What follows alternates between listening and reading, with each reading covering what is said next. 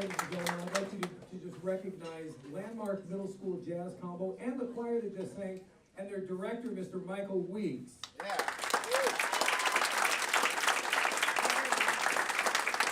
Michael Weeks has announced he's retiring this year. And we're going to miss his talent with the kids, but I know he'll be around. So we'll get him to come in clinic. Nice. Thank you very much. We appreciate it.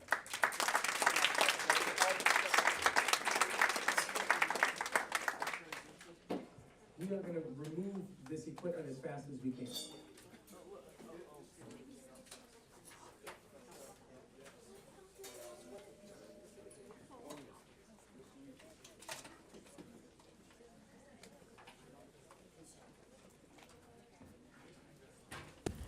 Okay, once again, I'd like to thank the students, the middle school Landmark, the choir, and the jazz band. Let's give them a big round of applause and thank them for being here this evening.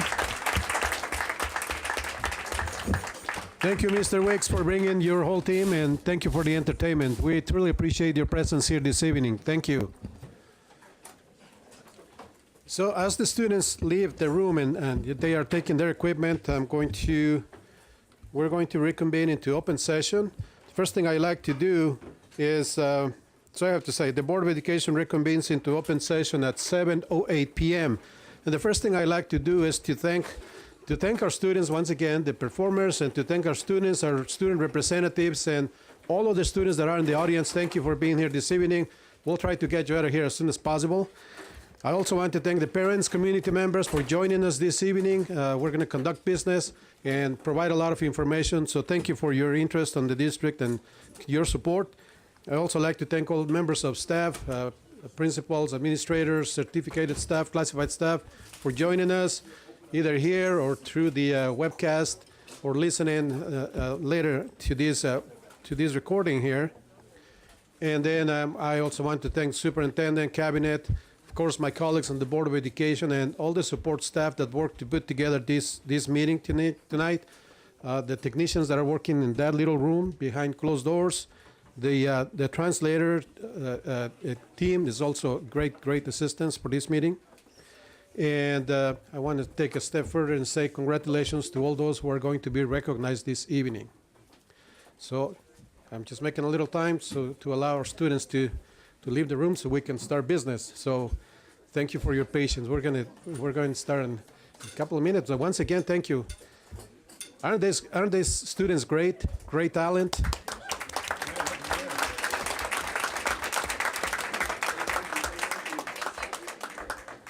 And also the parents that help with the carrying the equipment and supporting the students every single day. So thank you so much for being here. Bye-bye. Thank you. Thank you. Good night. Thank you. Thank you. Thank you. Okay, so with that, can we have roll call, please? Giancarlo Escobar Navarrete from March Mountain High School, here. Susan Smith present. Marcia Locke present. CJ Johnson present. Jesus Holguin present. Martin Rex Kidzior present. Robert Verdi present. Tina Dagnott present. Maribel Maddox present.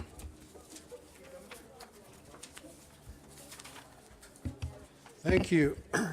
So the Board of Education convened into closed session earlier to discuss deliberating regarding student discipline cases, public employee discipline, dismissal, release, non-reelects, conference with labor negotiator, conference with legal counsel, existing litigation, conference with legal counsel, anticipated litigation, and settlement of claims. And I have a brief report out of closed session. Out of closed session, a motion was made by Mr. C.J. Johnson and seconded by Susan Smith to accept the settlement agreement and release for employee number 196913, certificated teacher, case number 208090974. This was approved by the Board of Education by a 4-0 vote. Second action, a motion was made by Dr. Locke and seconded by Susan Smith to authorize the settlement of claim number 539501 under the government code as presented. This was approved by the Board of Education with a vote of 4 ayes and 0 nays. And that's the report out of closed session. So this time, we're going to have the Pledge of Allegiance and inspiration to be led by Giancarlo Escobar Navarrete, Student Board Representative from March Mountain. Please stand. Put your right hand over your heart. Ready, begin. I pledge allegiance to the flag of the United States of America and to the republic for which it stands, one nation, under God, indivisible, for liberty and justice for all. And if you guys could stay standing for the words of inspiration. Would you believe in what you believe if you were the only one believing, by Kanye West? The reason I chose this is because sometimes everyone else around you believes in something, even though you know it's wrong. Thank you. Thank you.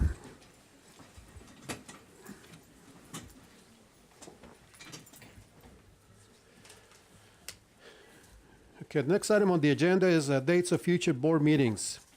The 2019 board meeting dates were approved at the organizational meeting on December 11, 2018. Upon further review of the meeting dates, it is deemed necessary to adjust the schedule for April 2019 for the study session to be on April 9, 2019, and the regular board meeting to be on April 23, 2019. The amended list of 2019 board meetings as proposed is attached or is included in the agenda. So board members, you have a copy of that list of revised dates. And because there's a change in that, we require to have a motion and a second to approve the amended board meetings for 2019. So I would entertain a motion in a second. I move that we approve the amended board meetings for 2019. I second. Thank you. There's a motion and a second. Roll call, please. Ms. Smith, Aye. Dr. Locke, Aye. Mr. Johnson, Aye. Mr. Holguin. Aye. So the modification is approved, so now we have a new calendar of meetings. Thank you. Next item on the agenda is resolution number 2018-1957, petition for Garvey Allen Visual and Performing Arts Academy for Science, Technology, Engineering, and Mathematics. And Ms. Maddox, do you have a report on this item? Yes. So on January 22nd, 2019, the Moreno Valley Unified School District acknowledged receipt of a charter petition for Garvey Allen Visual and Performing Arts Academy for Science, Technology, Engineering, and Mathematics. A public hearing was held on January 22nd, 2019, to allow the Board of Education to hear and consider the level of support for the charter petition. The district staff have evaluated the charter petition. The Board of Education will make a decision whether to grant or deny the charter petition at this meeting pursuant to Ed Code Section 47605. At this time, I would like to invite Caitlin Trotter from Fagan, Friedman, and Fullfrost to present a district response to this petition. Caitlin?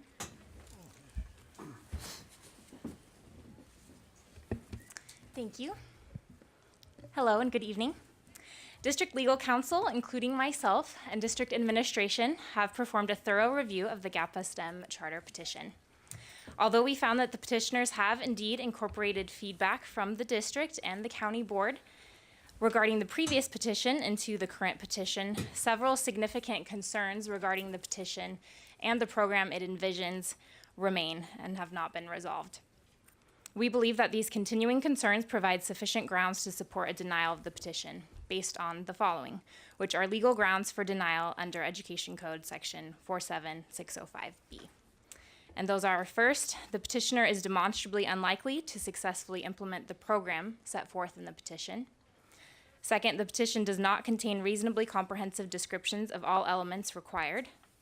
And third, the school presents an unsound educational program for the pupils to be enrolled in the school. Please allow me to highlight our most important concerns, all of which were reviewed with the petitioners last week. First, Education Code Section 47605G states that the description of the facilities to be used by the charter school shall specify where the charter school intends to locate.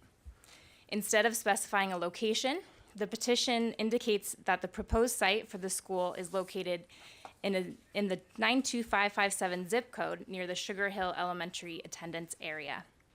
Although the school has entered into negotiations for the lease of specific facilities, the petitioners have withheld the location of such facilities from the district. Moreover, it appears from the draft letter of intent included with the petition that the proposed facilities are located in a shopping center. This raises significant concerns about the suitability and legal compliance of the site and its facilities for the proposed operations of the school, as well as the appropriateness and adequacy of the health and safety procedures outlined in the petition. We have concerns with the school's educational program as well. The school has budgeted for 9 teachers and 9 visual and performing arts, or VAPA, consultants for year 1. For grade 5, 1 teacher will be responsible for language arts, social science, PE, and VAPA, which encompasses cooking, art, dance, and theater. Another 5th grade teacher will teach mathematics, science, PE, and STEM, which includes environmental science, keyboarding, model development, and amusement park planning. For grades 6 through 8, while some teachers with a single subject credential will teach 1 core subject class, others will teach language arts and social science, or mathematics and science. In all, the 9 teachers and 9 VAPA consultants will be responsible providing over 65 non-core subject classes identified in the petition, in addition to the core subject classes. Locating teachers with such specialized subject knowledge will most likely prove difficult, especially considering the offered salary of $56,673. VAPA consultants will most likely be hard to find as well for less than $4,500, which is the amount set aside for VAPA consultants divided by 9 consultants. With regards to the special education program specifically, the school desires to be its own local education agency with membership in the Desert Mountain Charter SELPA. Correspondence in Appendix S indicates that the school's SELPA application has been received, but the petition notes that the school has only preliminarily applied to the SELPA, and no assurances have been provided to the district that the school will be or will likely be accepted. The petition notes that once the charter is approved, GAPA STEM will complete the application for membership, but it will have missed the final application deadline of January 31st. The school has budgeted for only 1 special education teacher/coordinator and 3 paraprofessionals in year 1. It is uncertain whether such limited staff will be able to properly implement IEPs, track progress on goals, ensure parents are aware of their due process procedural rights, complete the appropriate paperwork, ensure required assessments are completed, and maintain files and reports in accordance with the Individuals with Disabilities Education Act on a daily basis. The petition states that additional staff will be hired as needed, but only $45,000 is set aside in the budget for special education/education consultants in year 1, even though contractor services are very expensive.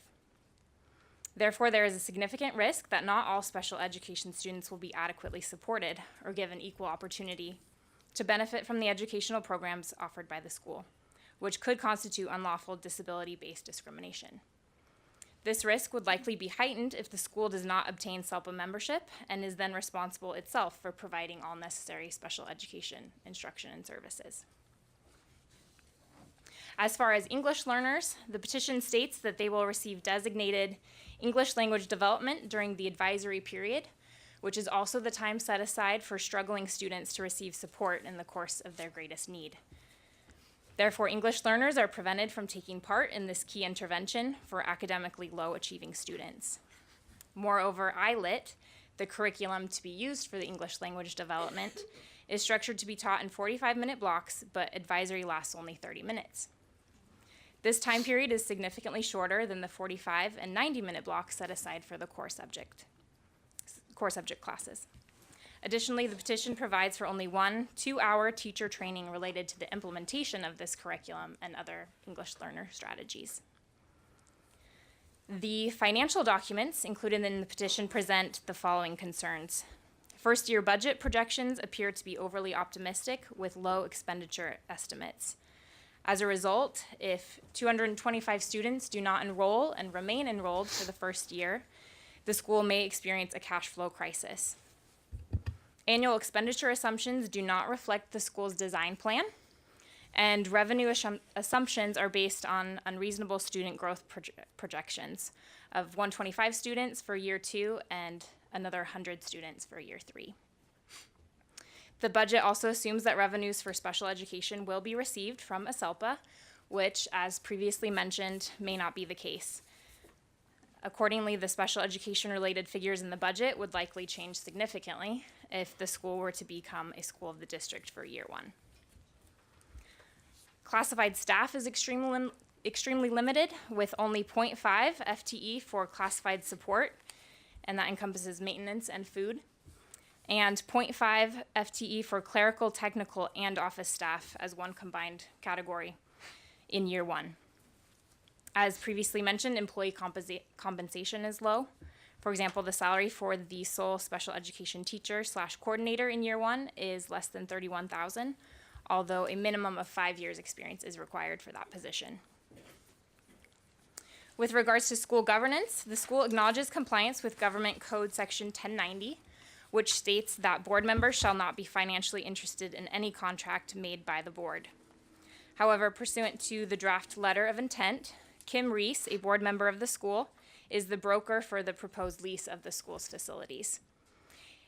Even if Ms. Reese is not compensated in her role as broker, under the court decision Frazier Yamor Agency v. County of Del Norte, she maintains a prohibitive financial interest in the success of her employer in procuring that lease.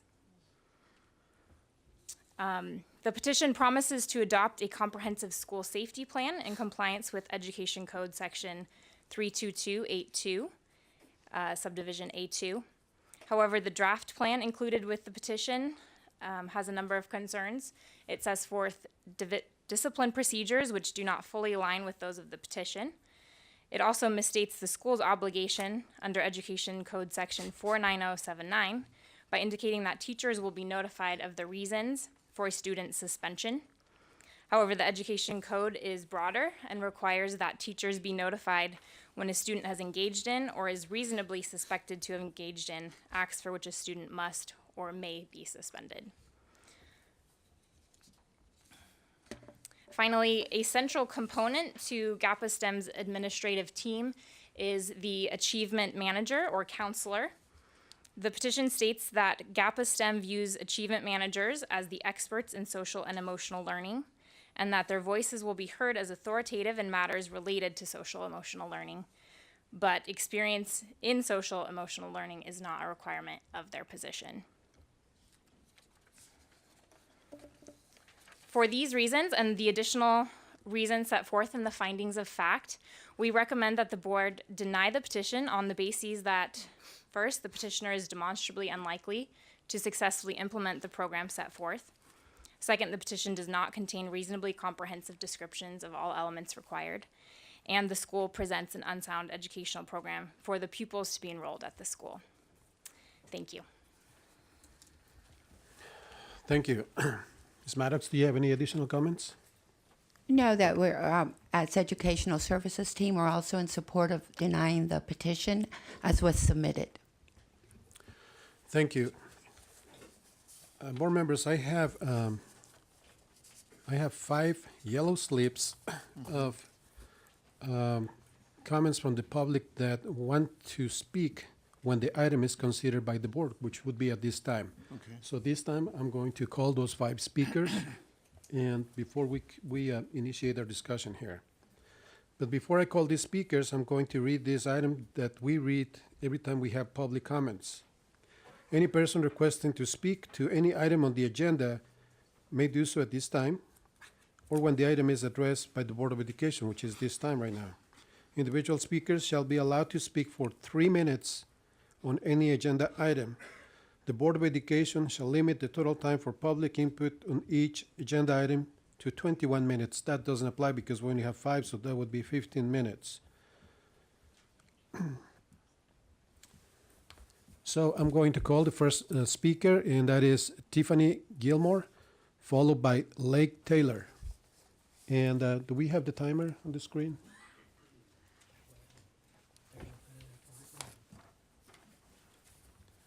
So we will have the timer on the screen, 3 minutes, and you will hear a couple of sounds. The first one is a warning, 30 seconds left, and then the second one is the end of your time. Okay. Thank you. Go Thank ahead, you. please. Good evening, Board, Dr. Kitsiora, Cabinet, and community members. The GAPA STEM Achievement Team is a group of passionate educators and community members who came together to be the solution for the historically disenfranchised students of Moreno Valley. Together, we created a middle school that has a longer school day, wraparound services like social emotional learning, laundry facilities, free breakfast and lunch, small class sizes, and educators who realize we must reach our children before we can teach them. Like Google, we've created a program that provides 20% of an achiever's school day to ignite their passion and inspire their future through the arts, science, technology, engineering, and mathematics. We recognize that 70% of Moreno Valley Unified students, graduates, do not have access to a Cal State or university. We acknowledge that 17.7% of Black and brown students are being suspended, which is almost 6 times more than the entire state of California. We have created a charter school that realizes English learners have not been reclassified at the rate that they should. So we've implemented not only the best curriculum and SEDI strategies, but ongoing interventions as well as a collaborative ELAC. We realize that our Black students have been isolated, criminalized, and failed through low expectations in our schools. Our Black Parent Advisory Council will work in tandem with us to ensure a high-performing, culturally relevant school culture. It is a fact that not enough Hispanic and Black students are represented in STEM, and we will be the solution to end this disparity.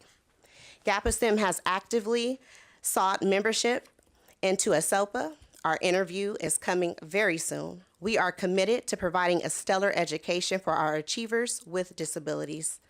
Our Facebook, Instagram, and school website have been visited well over 3,000 times. 5 to 10 parents contact us for more information and to enroll daily.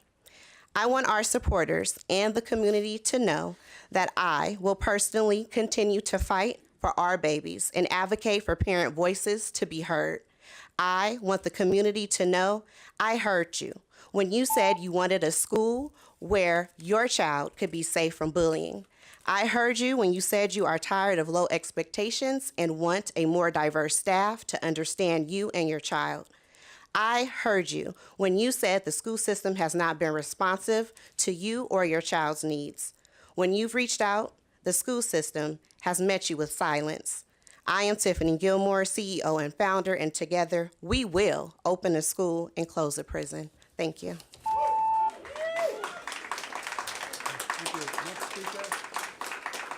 Next speaker, Lake Taylor. Lake Taylor. Followed by Janelle. Really? My name is Lee Taylor. I am a partner at Athena Business Advisors. I have been working as a CPA, a financial advisor, and an operations consultant for over 25 years. The last 7 to 8 years with charter schools specifically across the state. I got my start working in LAUSD. I'm very familiar with the process of establishing a new charter and how petitions should be reviewed and the communication that should happen between a petitioner and the school districts. I want to tell you that my colleagues and I, who all have collectively over 50 years of experience in charter as executive directors, leaders, finance, operations management, have all said that Tiffany Gilmore is the most impressive new leader that we have ever seen. We also believe that she is a strong leader because she is willing to challenge the status quo and attempt to raise the bar, even in the face of her former peers. I am very disappointed by the fact that a lot of the information that you have received has been misrepresented, particularly the FTE information that you were quoted. Some of the other financial information as well. I would like to say that I do not believe that they gave the petitioner ample time to answer and respond, and that they've made numerous subjective assumptions and did not communicate that. The way we found out about the reviews was an email that said, "Tiffany, come alone and have a chat with me." And that was on Friday. 15 minutes later, she was out of the meeting. I spent 4.5 hours trying to get down to the meeting on time in traffic, and the meeting was over before I could get out of my car. At LAUSD, it's an 8-hour review. It's a 3-hour intake interview. It is communications with the people who prepared the budget. It is questions and answers and clarifications, not a 15-minute chat. Thank you very much.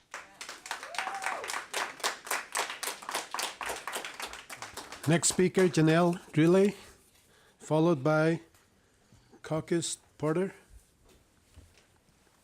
Good evening, board members and superintendent. My name is Janelle Rulli. I'm an attorney with the law offices of Young, Minnie, and Core.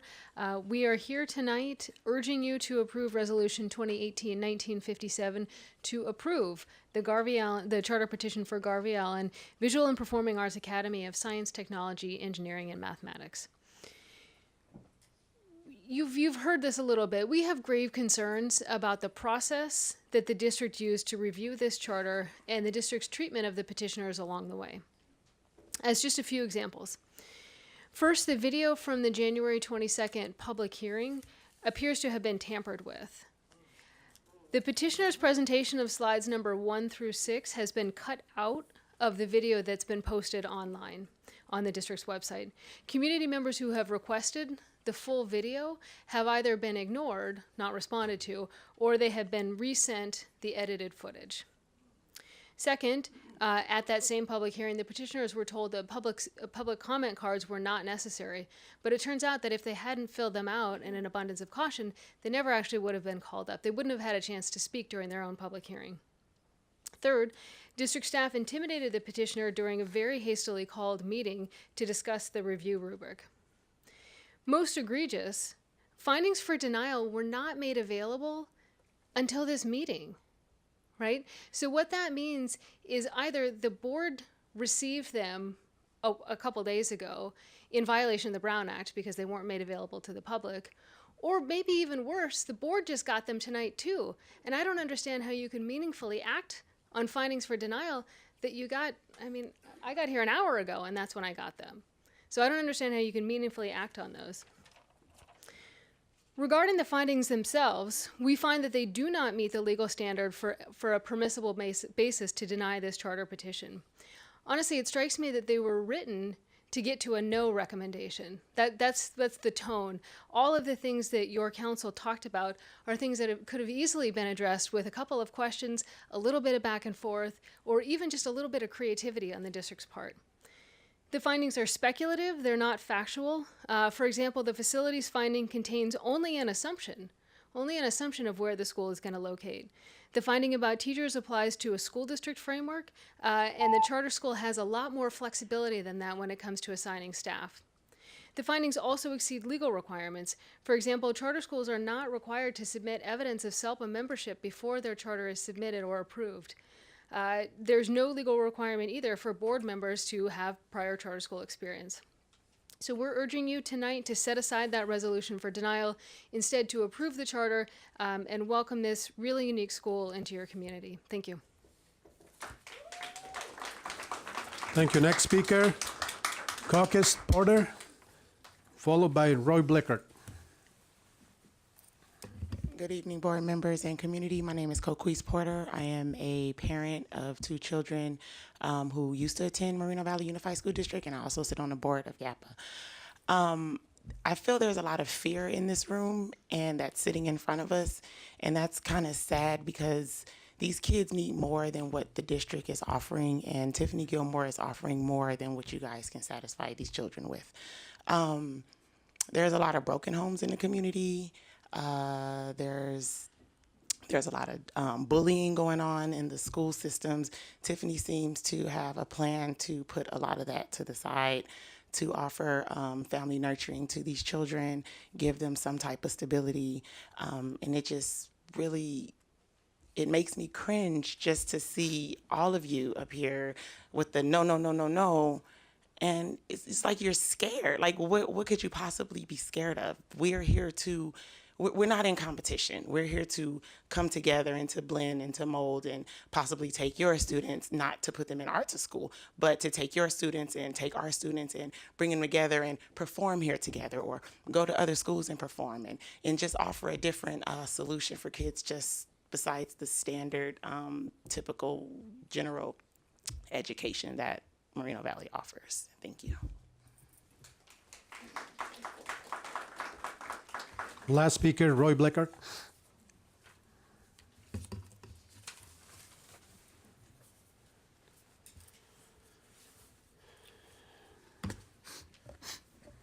The kids earlier said they were happy when they sang. I'm happy I got all my limbs attached. It's about irrational fear. I almost lost a leg to a spider bite, but I don't fear them. This district has a long history of an irrational fear of students getting a good education, an irrational fear of charter schools. Some of the schools that have been proven, especially as you've heard, for minority students to get the education they deserve. It really saddens me because I have lived this probably longer than most anybody in this room from this school district. Someday I might pull my records and make them public of what's went on from the 60s to 70s to now in this school district. If you think I don't have any credibility, check it out. There's 2 petitions before you. One to disapprove. Just one. I see Alicia and Big Will from Rising Stars. Just one example of what's going on here. They have a school in a shopping center, and I don't know if any of you have toured it, but this kid has. And you would be amazed at the education, kids that were not getting an education in the public school system and being successful today. And you're denying that. That cannot stand. I hope this board, and this is what you were elected to do, is make an independent decision what's best for the kids of this district and the kids of that school, potential school that could help kids who cannot get an education that they deserve somewhere else. At this point, it's been a very long road. But I'd like to see, because like I said, put out the record, and the allegations that were made, I really hope are not true, but I suspect they are. Because as this district knows, and up till recently, we can pull the records of the stuff that's happened for me personally with this district and the conduct that's went on.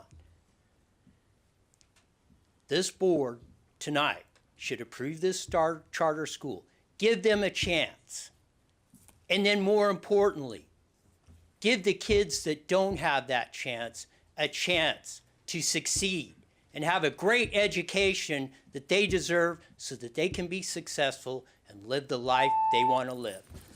Thank you.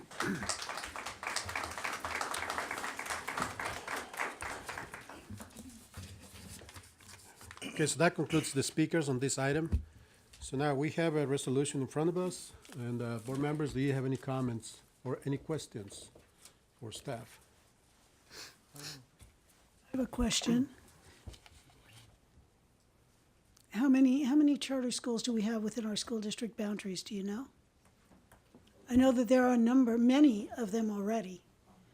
And So how many do we already have? I'm not sure of the number. We didn't approve any of them that exist here. But nonetheless, we have many. My biggest concern is special education. I've always been an advocate of special education. I'm concerned about special education, students going to this school thinking that they're going to get the same services that they get here. Then they're not able to get those services and they come back to our district and they've lost so much time while they've been out looking for services somewhere else. I don't see a strong special ed program. At the last meeting that they were talking about doing their special ed with El Dorado County. Now it looks like El Dorado is out, and now they're going to do it with Desert Mountain Charter SELPA, which they have not had approval for yet. I'm concerned about the special education portion of this charter application. That's my biggest concern, probably. Also, location, because last time they were going to be located somewhere near Creekside. Now they're going to be located somewhere near Sugar Hill, and I'm not sure where they're going to put all these students. Those are my two biggest concerns. Thank you. Board members, before we go to the next board member and for comments, I would like to see if the attorney can address somehow some of the concerns that were raised by the public comments. Can you address some of that, please? First of all, I'd like to point out that we evaluate the petition as submitted, and that is the resolution before you tonight, is whether to approve or deny the petition we received, without back and forth, without clarification, without answers to questions, and those are what our findings are based on. Now, that said, we did seek to be transparent through this process. I know Ms. Maddox reached out earlier last week, earlier than the commenters alleged, and to obtain a meeting with the lead petitioner to go over the findings, and that was accomplished. And the findings presented tonight are completely based on those findings that were reviewed with her.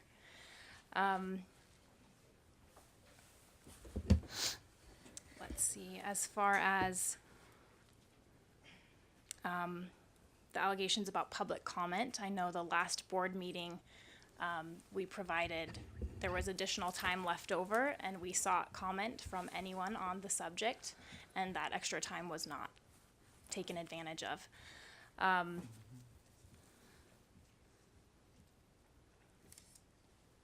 Let's see, and as far as our findings, we stand by them. They are sufficient grounds for denial. We did not make assumptions on the facility. We read the information provided. I'm presuming that the assumption was on the shopping center piece, but that is what it appears to be based on the letter of intent. Each finding has a page number referencing the specific part of the petition. So these findings are based on facts that can be referenced directly in the petition. They're not just subjective opinions. Let's see, were there other specific concerns you'd like me to address? No, well, let's hear the board members, sure. and then maybe you can come back and Of course. and address some more. Any other comment? Well, I just have one. How long how much time did you spend on investigating and going through their petition? I started as soon as I received a digital copy of the petition. So the petition was submitted minutes before the winter break of the district. As soon as that winter break was over, I received the petition and started. So I believe that was early January. So we have taken time to thoroughly review.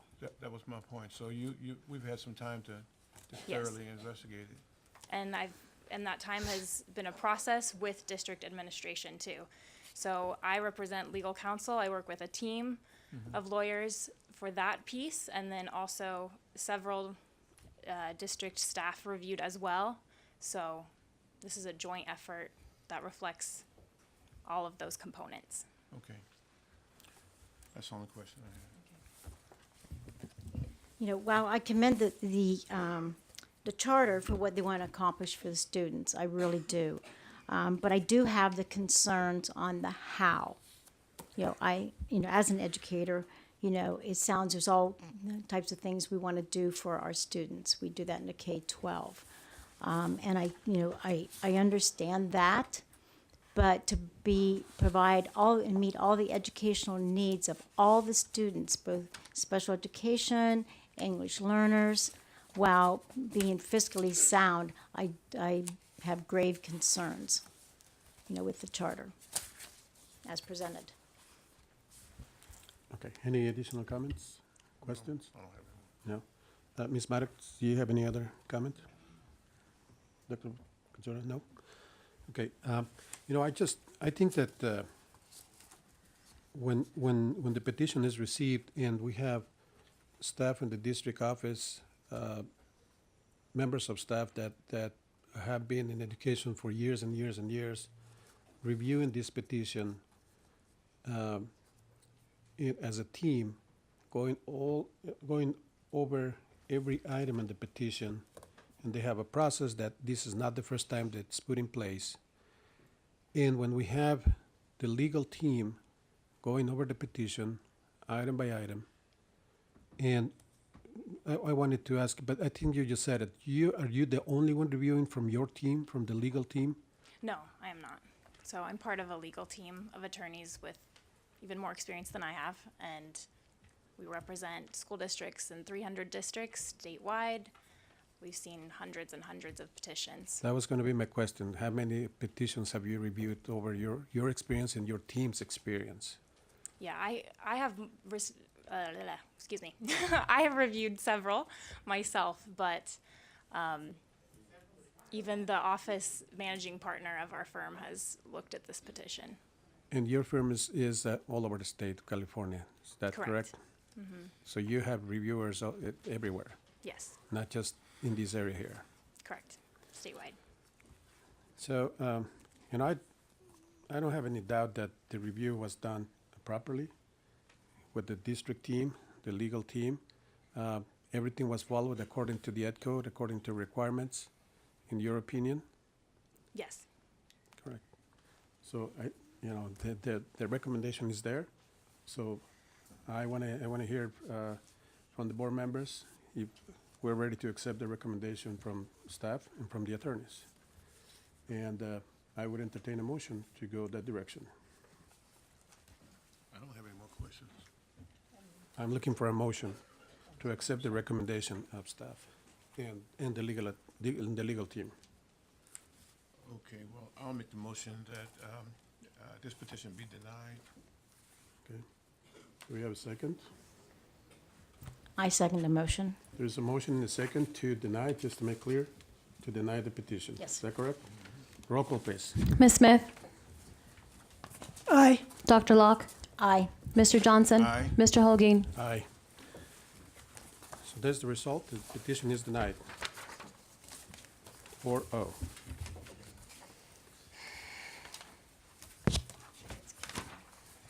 Thank you again to the district team. Thank you to the legal team. We appreciate your effort and your work on this. So now we'll move on to the next item on the agenda. And that item is the superintendent's report. Is that correct?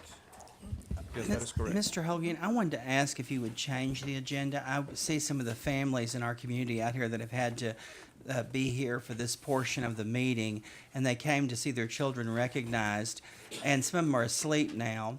And I feel bad, Ms. Neri, that you sat there through this, and your children are here, and you know, you're all supporters of the district, and I don't want you to sit here any longer. So, Mr. Holguin, I would like to propose that we move the recognition portion of the meeting, just for this meeting, to now, because all these parents are here, these children are here. It's now almost 8 o'clock, and by the time I got through with the superintendent's report and the student reports, we'd be here. It'd be 8:30 or closer to 9. So, and we did this last time they were here, and I just think it'd be good for our public to know we appreciate them, we value their time, and that we want to recognize your children and your families for being here. So would you be comfortable with that? Any objections, board members, No, for that I think change? it's a great Not at idea. all? So these kids we'll make the change. Dr. Katsura, thank you for making the recommendation. My only invitation to the public is that, the reason why we have the superintendent's report ahead of the students' or the recognitions is to present a lot of information of the programs and the activities that are taking place in the school district, almost every school or every program. So my recommendation is that if you have time to watch the movie, not the movie, not the movie, to watch the video of the meeting, I would recommend you do that at a later time. So we're going to make the change, and we're going to move on to the recognitions at this time. So I Yes, sir. know I just asked for something, but I also want to ask for something else. I have a community member here really quick. It was part of my report, and anyway, everybody thought this was going to be sooner. But I wanted to ask if you would come forward. I'm doing this, I know, out of order, and I apologize. And you've said what we're going to do. And as soon as they come up, we can go to, if this is okay. Yes, sir. So Mr. Goins, Joshua, and Mr. Yakuba Brown, who's the founder of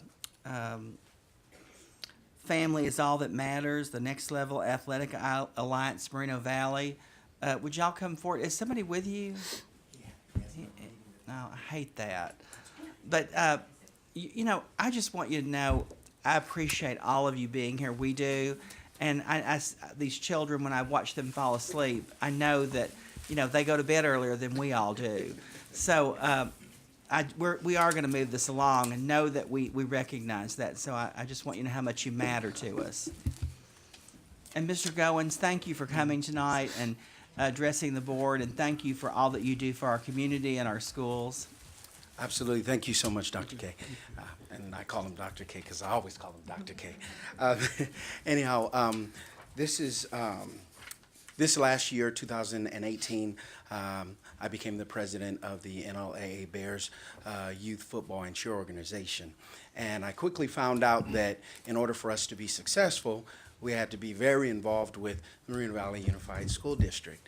And we received a lot of help, a lot of assistance. It was as if we were a part of your team. And for that, I'm grateful. And so I'd like to present 2 awards. This one is to present it to Dr. Katsura and Moreno Valley Unified School District Board of Education. And we've made you guys an honorary team member. So you guys are on the team, yes. And it says, the NLAA Bears and Phi Beta Group appreciate your assistance and commitment to excellence of our youth. And so this is presented to you tonight. I'll bring this up in a second. And then also, I had the pleasure of working with a lot of, the school district individuals, professionals, and it just made my job that much easier.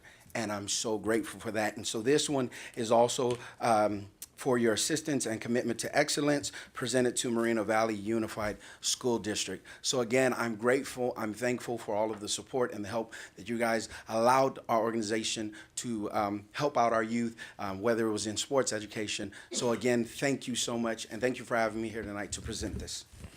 Mr. Goins, I want to also, you had a chance to work with Mrs. Dagnall, and I wanted to recognize her because some of her team, I think, is here from facilities. And are they here tonight? Maybe not. But I just want you to know that I appreciate what you're saying about how people try to help people here. And Mrs. Dagnall did not know you. And I did, and I said to her, would you please, help me with Mr. Goins? And she said, absolutely. And so I want to make sure she's recognized for her efforts and how she tries to support the community and support you with all of the work that you do. Yes, absolutely, Ms. Sina. We had a chance to speak, and I've, worked with many of your team members on a regular basis. And again, I'm so grateful and thankful for, you stepping in and assisting. And again, just making it an easy process. Again, my first year as president took on a whole lot, but was able to work through it with all of your assistance. So again, thank you so much. Thank you. Thank you.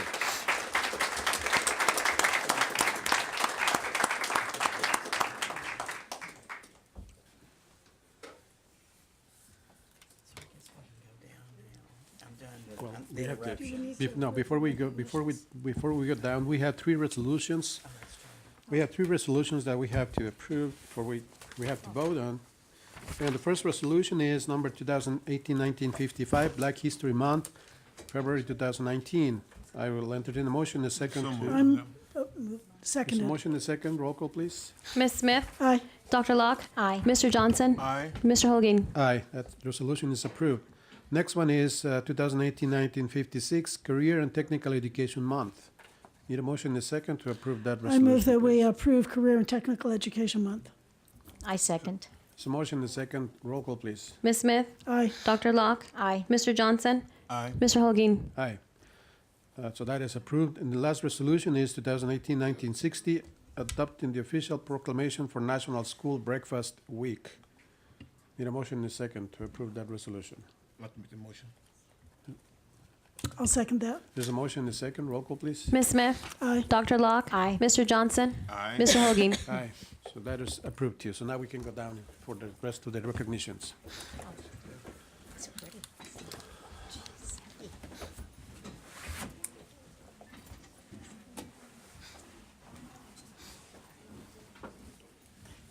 That's not.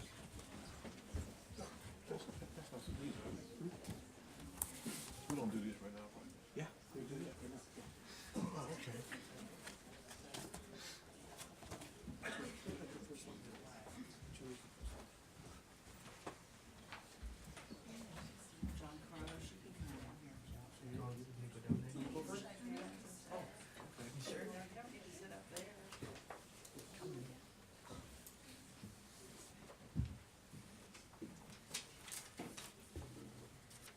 I guess I'm going to start it off. Where is Kim Taylor here? Kim? Oh, there she is, right there.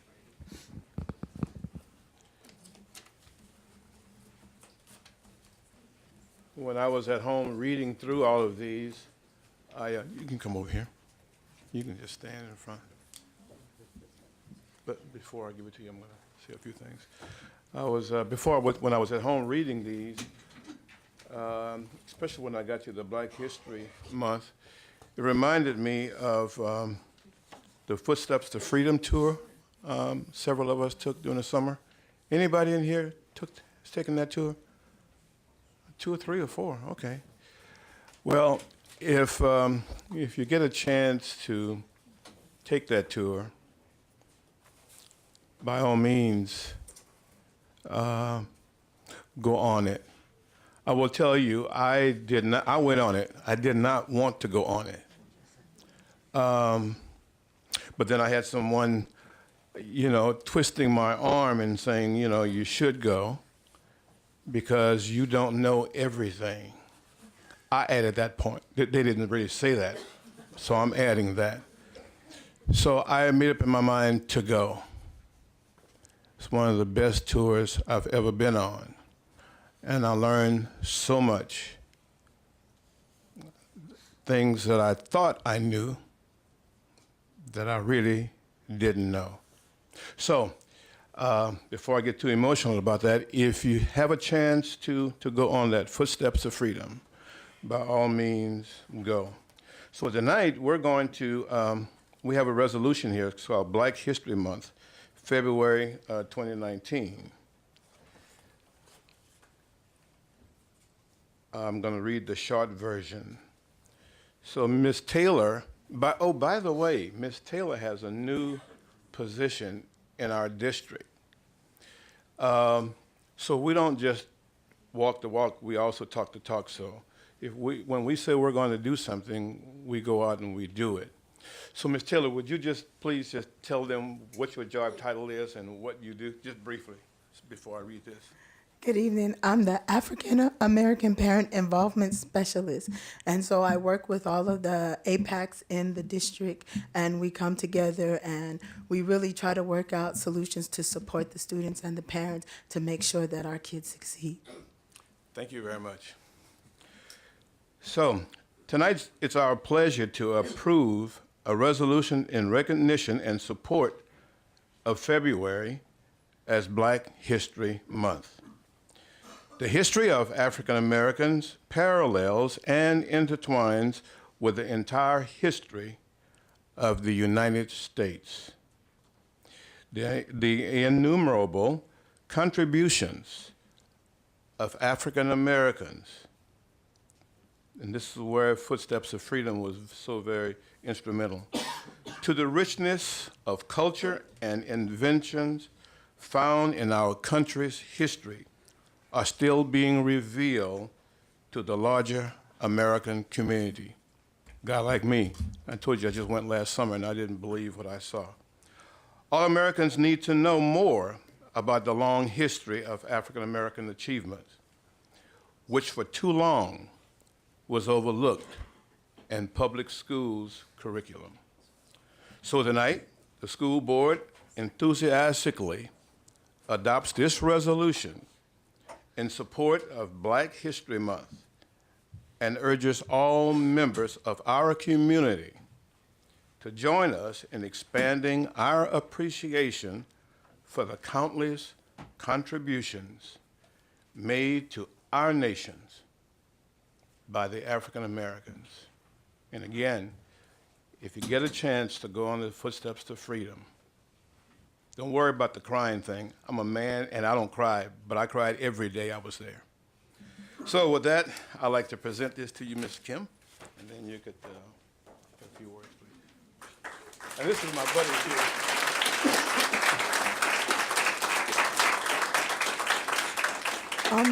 On behalf of the African American Advisory Council, we would like to thank Moreno Valley Unified for celebrating Black History Month, as we have. If every school that I've been to in the last couple of weeks have had great programs, and I look forward to seeing the rest of them coming out. So parents, please support your school in attending the programs that are going on there.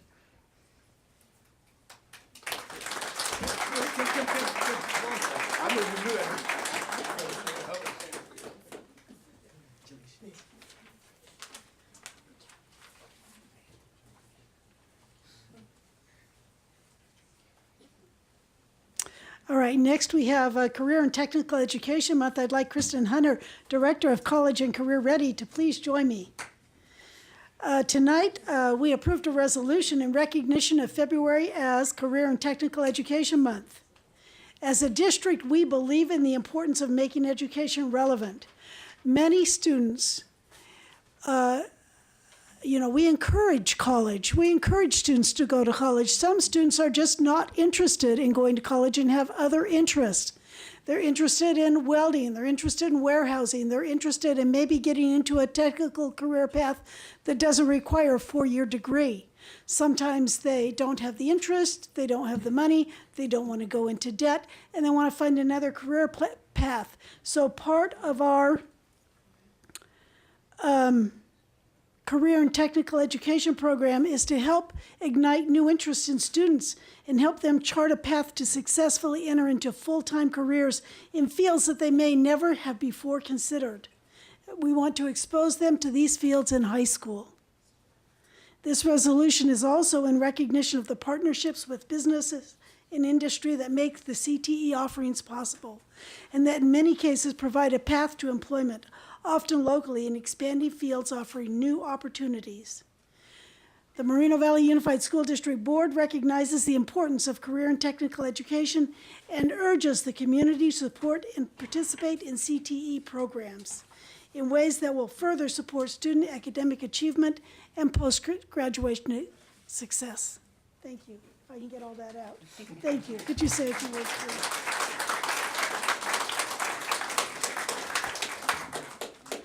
On behalf of the CTE teachers and all of our students in our CTE programs, I'd like to thank the board and the district for this resolution. And I'm just honored to say we have 23 CTE programs in our district, varying from welding and manufacturing to EMT and medical assisting, cyber technology, you name it, pretty much we have it. We're gonna grow next year to fire science and public service and police, and other programs like that. So we're really excited about this, and we just want to thank all of you. And if you need any information, just give me a call, Kristen Hunter at the district office. Thank you.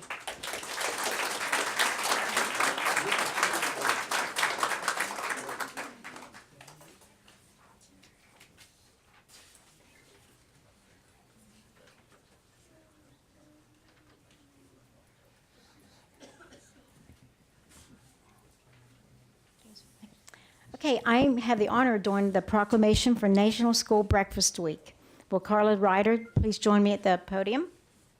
Carla is the Director of Nutrition Services. According to the United States Department of Agriculture, there are 14.6 million children participating nationwide in the school breakfast program. In Moreno Valley, we offer a free breakfast to all of our students. On an average, students who eat school breakfast have been shown to achieve 17.5% higher scores on standardized math tests, and they attend 1.5 more days of school each year. It's a fact that children who are getting proper nutrition learn better and achieve more. So with this proclamation tonight, the Moreno Valley Unified School Board of Trustees expresses its enthusiastic support for the week of March 4th through the 8th as the National School Breakfast Week.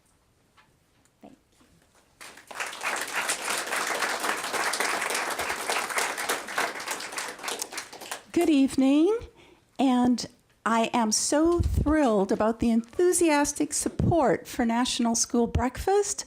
I encourage each and every one of you to participate and to be the best examples you can be in your households by eating a wholesome breakfast and sending your kids to school. School breakfast is important because it improves student performance. It improves memory. They present with better math scores and reading scores.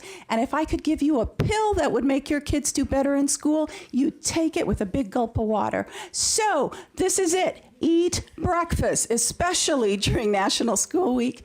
Thank you so much.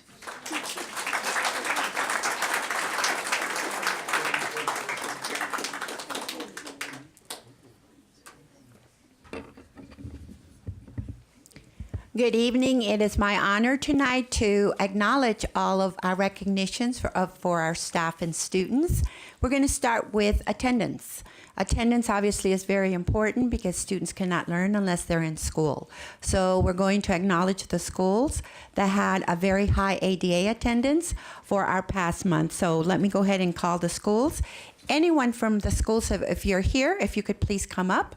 We're going to start with our elementary winner for last month, Northridge Elementary, with a 96.3 ADA positive attendance. Northridge, I see Mr. Wade Hamilton. Thank you. If you, the students, anyone from Palm that wants to come on up? Northridge, I'm sorry, I read all your Palm. Northridge, anyone? Northridge, you know, Dr. Gutierrez will go looking for you, so you come on up.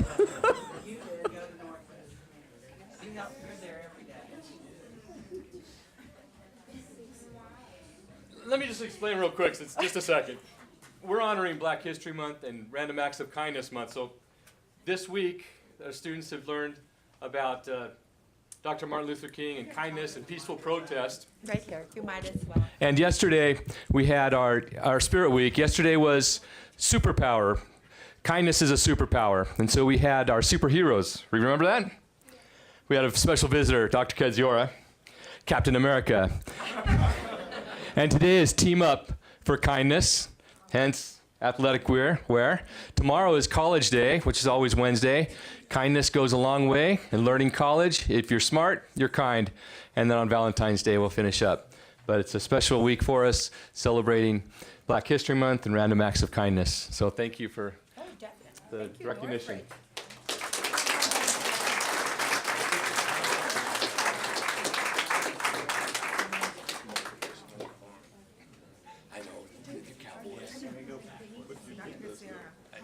Should we do the banner?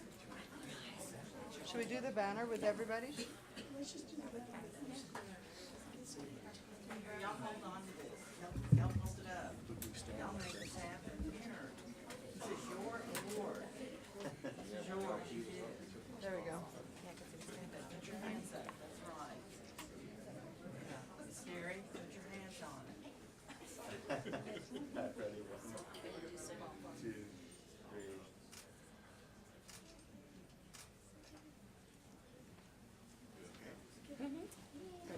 banner, Patty.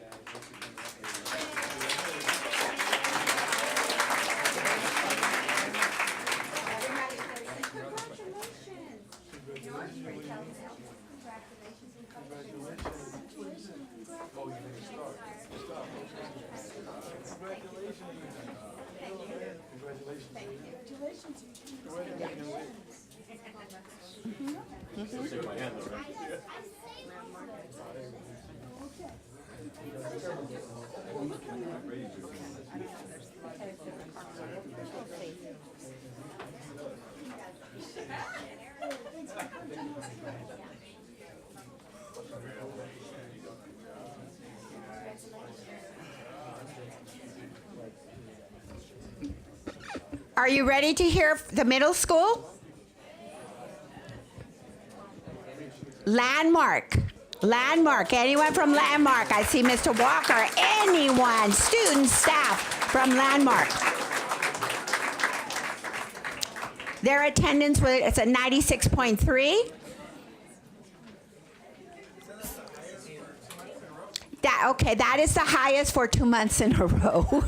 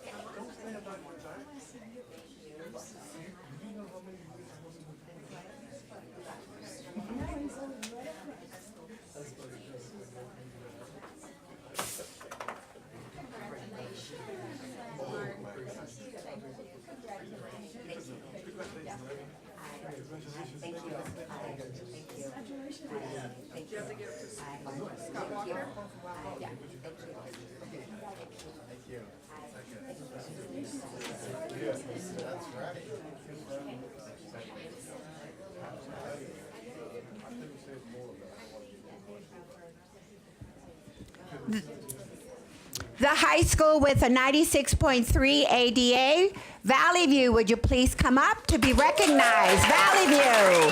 Eagles, let's go.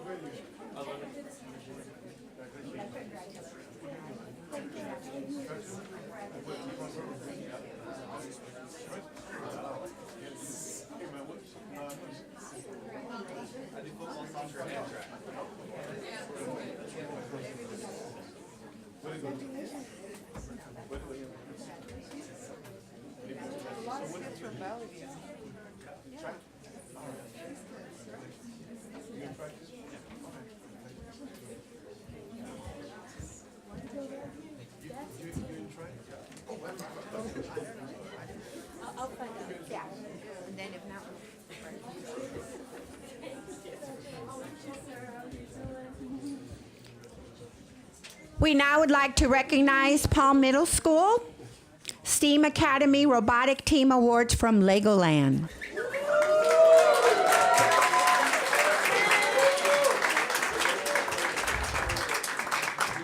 I'm going to read this to get it correct because this is very important that we hear this. The Board of Education would like to honor and recognize Palm Middle School STEAM Academy robotic teams, STEAM Dream, and STEAM Pominators for attending their first LEGO League's Southern California Championship at Legoland and getting 10 and 12th place out of 60 teams at the tournament. Congratulations!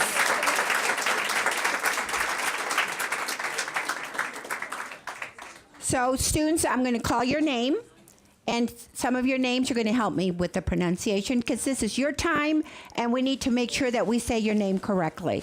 So I might ask you to come and say your last name for me. And I'm going to start with the first one. Noor? Noor, say your last name. Come on. Abdul Wahab. No. Can you hear? Abdul Wahab.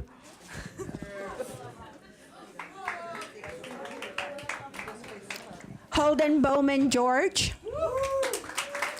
Melinda Jin. Carlos Marquez.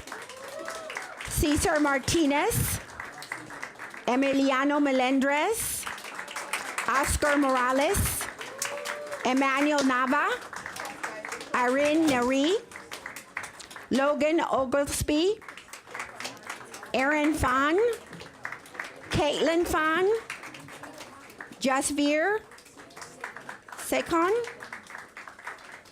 Makayla Williams, and Timothy Williams. I'd like to also acknowledge they were coached by Kyle Gerhardt and Amy Bird. Thank you, coaches. Thank you.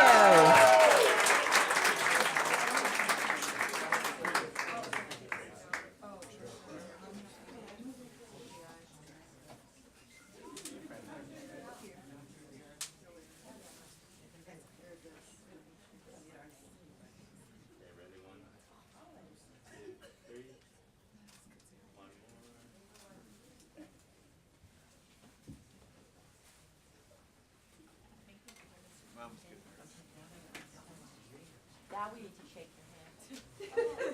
Congratulations. Are you guys going back?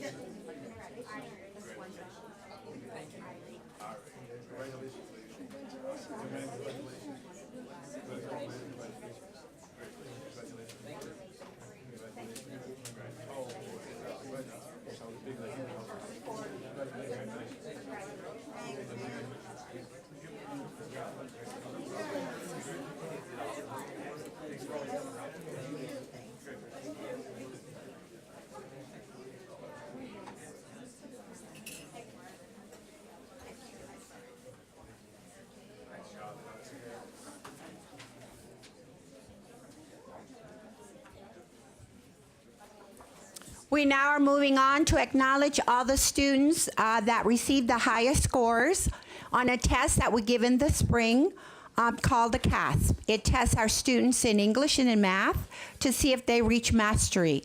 And these students have achieved the highest scores. So students, I'm going to call your name. Also, principals, some of you students have changed grades. So if you were in 8th grade, you might be in 9th grade. So we have your previous principal and your current principal. So I'm going to call you and announce the school where you are. But if your previous principal is here, we also need to acknowledge. So let's start with the highest scores in English Language Arts from Badger Springs. And if we have Ms. Mexico here, we have Rebecca Lopez, Stephanie Gomez,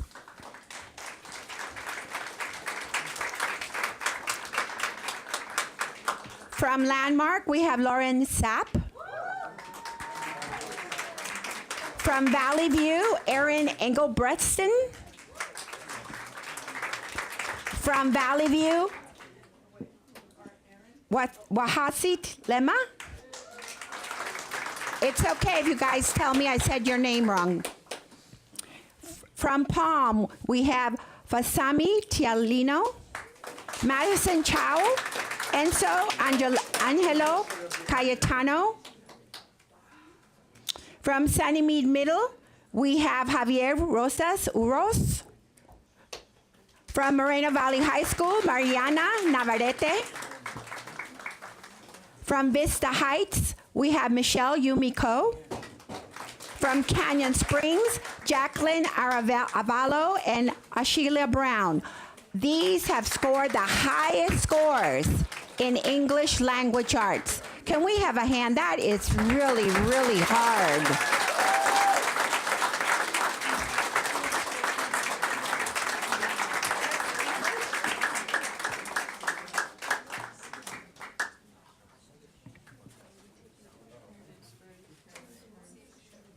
Miss Kerr's right there.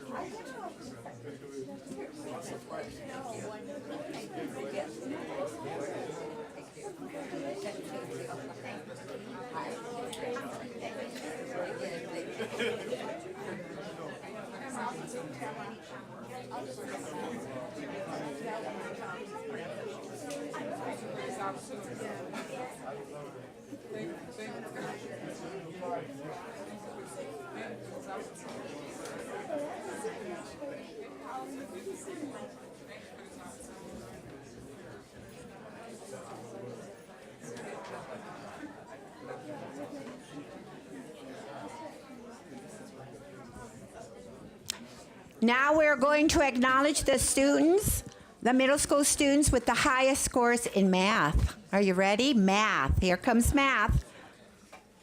From Palm, we have Joshua Alonso, Jesus Ruiz, Sofia Covarrubias, Mario Avery Costello. What? Oh, I'm sorry. Now, these are from Valley View, but you know, I need to acknowledge that they were at Palm last year too. So these Valley View students were 8th graders at Palm. Tharushi. I'm not going to attempt her last name. Is she here? I was going to have her say it. Okay. Johayasen. Fiona Lorraine Wee Eng. Amory Martin. Amory, congratulations to these students.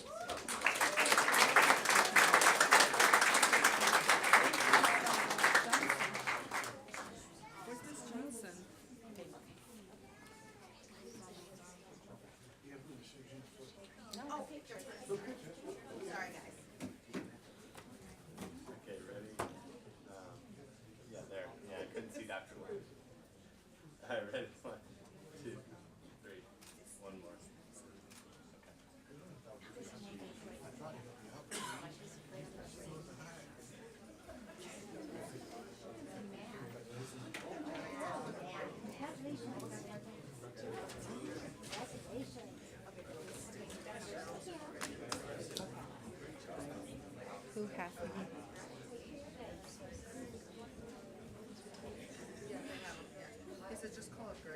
I'm going to call Mr. Greg Solomon to assist me now in recognizing the teachers that have received STEAM certificates in our district. We do train our teachers in STEAM, and our teachers work very hard for this certificate. So, Mr. Solomon, can you say a few words? Just. Can I invite the UCR representative? That's who we're going to invite right now. Perfect. Mm-hmm. Thank you very much. I would first like to invite our representative from the University of California, Riverside, Ms. Annette Webb, who will be joining us for this. And if we can ask all of the STEAM certificate people who have earned that STEAM certificate and the instructors to come up, please. We'd like to recognize everybody. Just go ahead and come up now.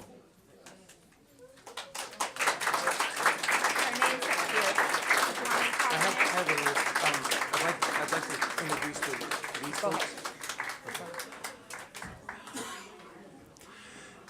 the school district has a definition of STEAM, which is to ignite to ignite innovation and expression through interdisciplinary instruction. And it's about combining science, technology, engineering, art, and math that is important. And these folks went through a process of 4 classes offered in conjunction and partnership with the University of California, Riverside. But I'd like to first, before we give the certificates, acknowledge the instructors that participated. We had Dr. Amna Ahmad. We had Joanne Katona. Just make sure I get them all. We had Kalela Lewis. Rebecca Buckoff.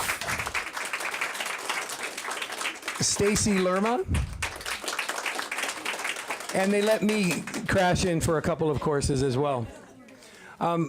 I want to introduce Annette Webb to you just to let her tell you a little bit about the extension program at UCR.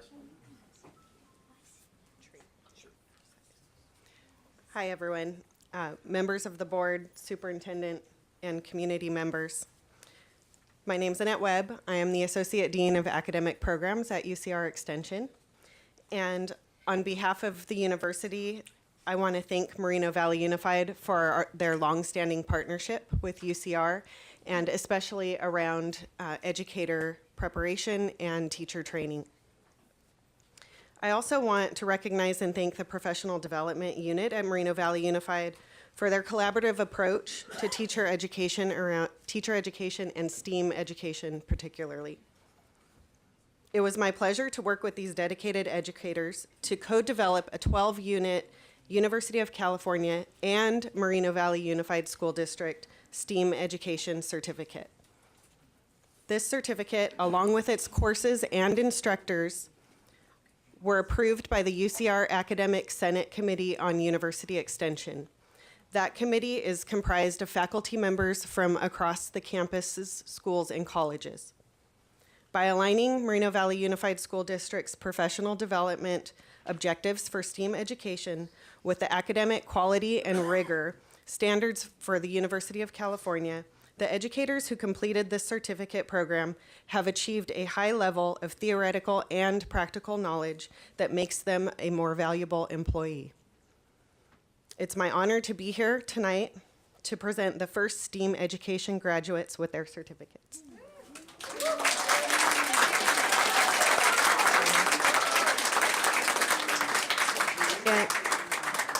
And in the letter that accompanies their certificate, that's from our dean, Dr. Kevin Vaughn, he recognizes that this achievement has not only required their personal sacrifice, but it also requires the patience and support of their loved ones. Because not only are they working all day in the classroom, but then they're taking courses in addition so that they can improve their competency. So you are to be congratulated for your hard work and your dedication. Thank you.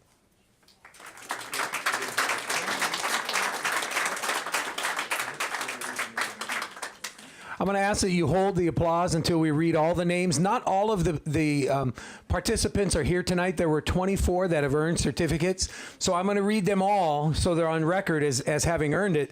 But those that are here tonight will get them, and we'll get the certificates to those that aren't here tonight. So please hold your applause. Barbara Alvarado, Heidi Avila, Mary Baez, Patricia Barker Hatch, Elsa Celio, Daniela Couples, Davina Elbow, Juan Flores, Marisol Gallegos, Kyle Gerhardt, Leticia Gomez, Rachel Greaves, Adriana Hidalgo, Anne Giron, Karina Jones, Courtney Kane, Kenneth Miralles, Mark Morton, Ifiona Opara, Alicia Patino, Christine Schmidt, Giovanna Shelby, Matei Siener, and Matthew Story. Please give them a hand.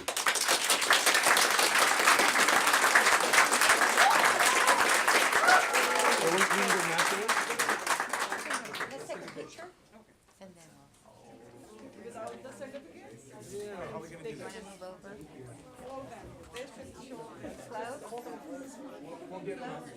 Just hold one.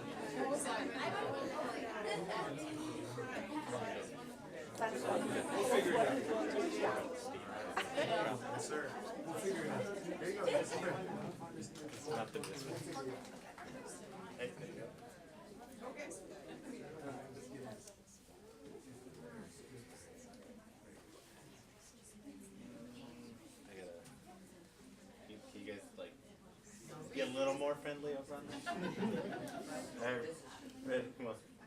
2, 3. One more. Okay. Thank you so much.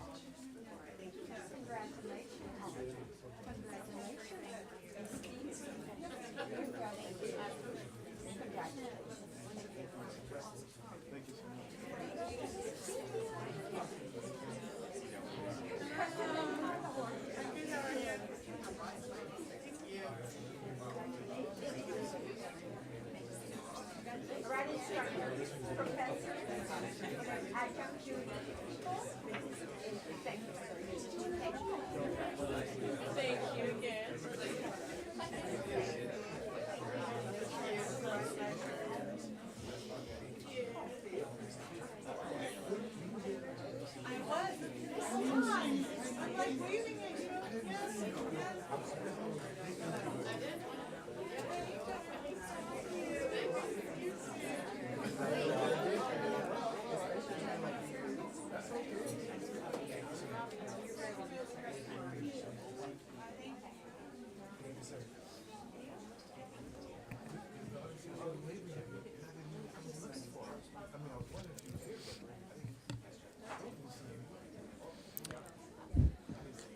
We're going to now continue with the schools with the highest completion rate of the California College Guidance Initiative, CCGI, and I'm going to ask our Director of College and Career, Mrs. Hunter, to please come on up. These schools are being acknowledged for the completion of lessons and milestones that the students take. They help the students recognize not only what they're interested in high school, but beyond in college for college and career. So it's very important that our students have these options and that they complete them to help assist them in identifying what they're interested in for their majors in college or their jobs after. So let's start with Badger Springs Middle School that had a 93% participation, completion. Mrs. Mexico. Moreno Valley High School with 55%, Ms. Brown. March Valley High School, 43%, Mr. Quintero. Thank you.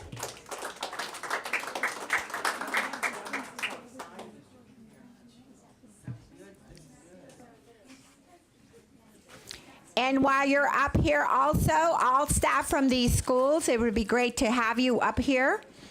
We want to also acknowledge Moreno Valley High School. They had the highest percentage of senior students who completed at least one CSU college application through California Colleges. Go Vikings, Moreno Valley High School. Congratulations.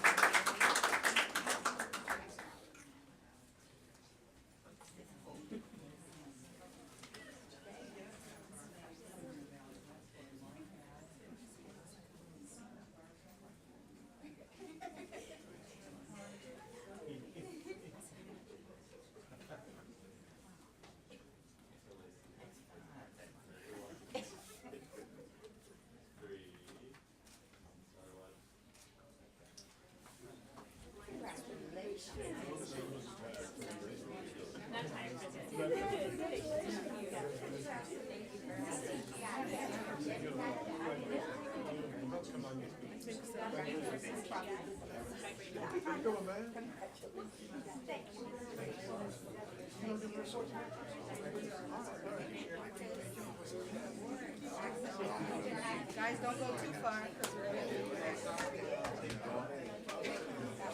Ms. Brown, don't go too far. Oh, God, stay with us again. Well, you got it.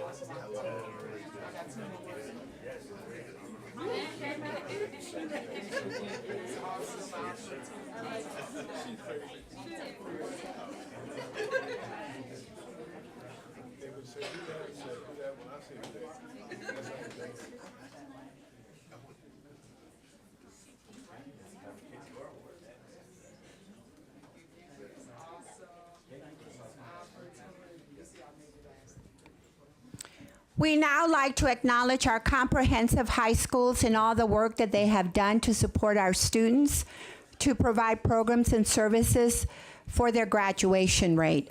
I want to acknowledge that in the district has an 89.3% graduation rate, but all of our high schools have over 92% graduation rate. So Moreno Valley High School's graduation rate is higher than the California average and also the county average for graduation. That's a hard feat to have a comprehensive high school reach this level of graduation. And Dr. Kitzier would like to say a few words. Higher than the state, the national, Okay. county, the state, and the national. It's higher than the national, state, and county. Okay. Valley View High School, 94.2. I'm going to say everything. Valley View, if I can have anyone from Valley View come and be acknowledged for your graduation rate. Any students from Valley View, we're going to call you. Then we're going to have Canyon Springs High School, 93.4. Please, Mrs. Kerr. Anyone from, let's go, Canyon Springs. Vista del Lago, the Ravens, 92.7. A lot of work. Thank you for that, Mr. Swanson. And Moreno Valley High School at 92%. Are you doing all schools? Yes. Oh. These are our comprehensive high schools, our 4 comprehensive high schools standing before you with a 92% rate or higher for their students graduating from our district. Congratulations. Hold on.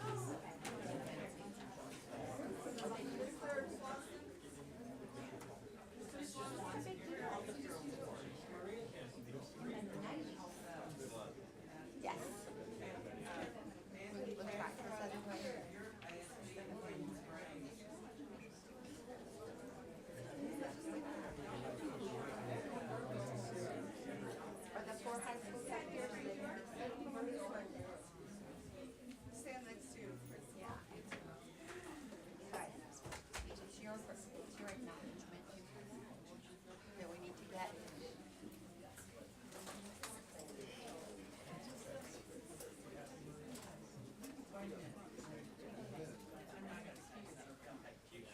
Because after we get done taking the picture, you know, I just want everyone to know that's out there, and this is no small feat what's happened here in our district. About 7 years ago, the graduation rate was like 69%. And this is really the vision of the Board of Education and the school district to have a higher graduation rate. And our principals' expectations, every school, we want them to be at 90%, but we really want 100%. But I want you to know, achieving this is quite an accomplishment this evening. And each principal, each school is given a memorial plaque to hang in their school to recognize this happening. But I want you to think about the increase in that. You know, it went from like 69 to 93.4 at one school, 94.2 at another, 92 at the others. That's huge. So this represents a significant change in the culture in the district and how students perform and how students, the expectations, there are higher expectations, not lower. I mean, you don't graduate just because you want to. You know, you have to do stuff. And those things are happening. And everyone that's in our community should be very proud. Mr. Jacobs, I don't see you like, you should be up here. You're with MVA. Aren't you excited? You work at, come on up here, you know, and show that to me, you know, because, and Esperanza Arce, you're the director of secondary. Why aren't you up here, you know? Okay, tweet, you know. That's what they do in Val Verde. This is Moreno Valley. We take photos, okay? And we shout it out here at the board meeting. That's what they did in Val Verde, but I'm welcome to Moreno Valley, okay? So, come on up here. You know, I know you learned that from Mike McCormick and everything. I'll show you some other stuff.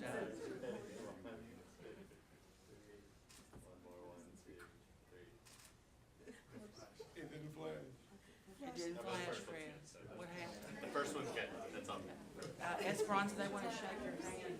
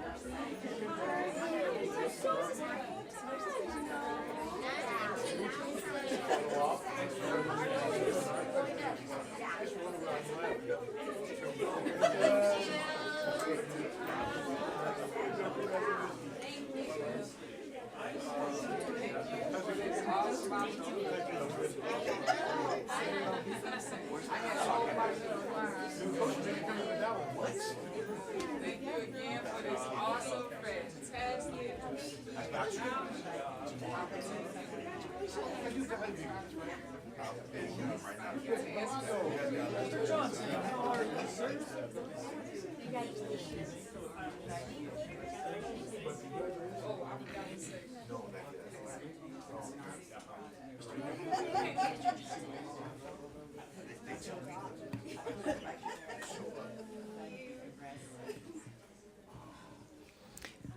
I would now like to acknowledge the two students that were awarded the Dr. Martin Luther King Jr. Essay Contest winners. These two students were awarded scholarships during the Dr. Martin Luther King Jr. Scholarship Breakfast sponsored by Moreno Valley College and our district. Students were prompted to research and write essays based on Dr. Martin Luther King Jr.'s The Three Evils of Society's speech from 1967. So this was, their speeches were assessed by a committee. We're very proud of these students. So can I please have Cassandra Barcenas from Canyon Springs High School, if Cassandra is here. And also Michelle Shun from Moreno Valley High School. If not, let's acknowledge the principals. Moreno Valley and Canyon Springs, may I please have Ms. Kerr and Ms. Brown? I'm sure you will share this with your students and congratulate them on our behalf. Thank you.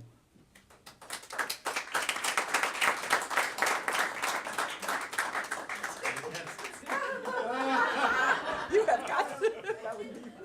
Thank you, Sandy. There you go.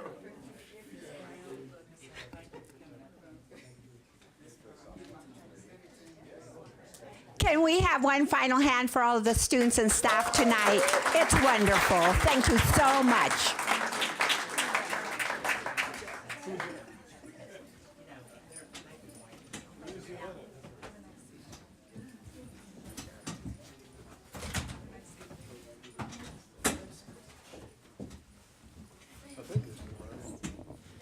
Yeah, I think this is mine.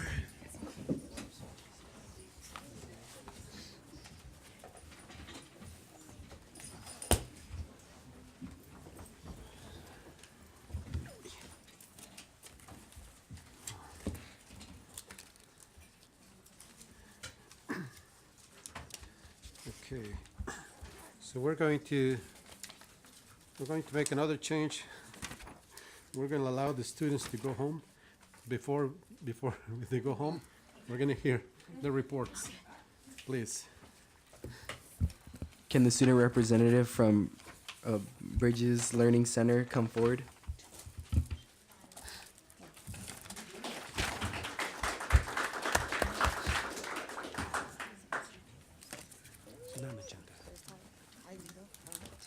Good evening, board members, Dr. Keziora, members of the cabinet, and the community of Moreno Valley at home. My name is Tracy Blanco, and I'm pleased to announce to you all the Titan activities are having at Bayside Community Day School. Bayside was extremely pleased to have hosted our Term to the War Assembly. We recognize those students who exhibited Titan excellence. It was nice to see all of the parents there, and they were reminded it is their presence their children appreciate more so than receiving presents. Pride PBIS awards were earned for passion for learning, respect for others, integrity in all things, and dedication to growth. Those students who earned all four received the Excellence Award. Retail sales marketing classes were introduced to a stock market game to better learn stocks. English is continuing tonight to read Night by Elie Wiesel. This is one of the novels read in the Freedom Rider Foundation and English models that program. Sue Ellen, a former Freedom Rider, came to Bayside and gave a testimony to our students. The room was quiet and her story was impactful. Math is working on angle relationships and parallel lines cut by a transversal. Physical education is holding soccer tryouts and utilizing our awesome weight room for concentrating on full body workouts with cardio. Fine Arts has film studies working on the use of color and film and how it can be used in storytelling. Journalism is putting the final touches on the Titan Times newsletter. Mixed media is exploring size and scale by taking small objects and creating larger-than-life sculptures. Science is continuing with STEM so the students can receive more tools in their belt for their future. The MVUSD Science Fair is also held at our school Bayside. Extracurricular opportunities continue with the Fashion Cup F&L, ASB, among other stuff. In addition, some other awesome news is Giovanni Santos Sanchez in the 5th grade participated in the spelling bee from Mavoa. Music Changing Lives has came back to our campus as of January, so our hope is to create another song this year to continue our award-winning status. They awarded our students a trophy and money for this creative song Graduation Time. Our hope is to continue with the album Bayside Beats with the new song creation this year. Our guidance department continues to work with MVC for a college experience every month. A majority of our students that pursue higher education will attend Moreno Valley College, so we are thankful for their partnership and opportunities like the Promise Initiative and student tours. Ms. Kim Williams, our new guidance counselor, facilitates tardy makeup at lunch to take away excuses. Lunchtime opportunities are successful. Mr. Brown, as our new assistant principal, is making relationships and is doing great. Coming up, we have LPAC summative testing a Paranight, the window for PFT, opens the blood drive, progress reports, Dr. Phil, pennies for patients, and active through FNL. These are just some of the wonderful opportunities we have at Bayside. Our school is a small community and to most feels like a second family. I thank you for the opportunity to share. I thank you for caring about our school. And most importantly, I thank you for this opportunity for myself to gain public speaking experience. Again, my name is Trinity Blanco, and I am proud to be the student representative for Bayside. Have a great evening, everyone.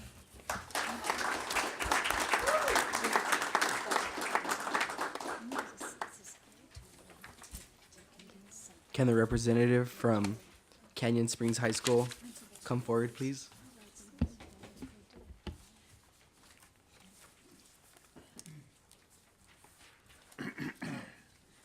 Hello, good evening, board members, Dr. Ketsiora, and cabinet and community of Moreno Valley.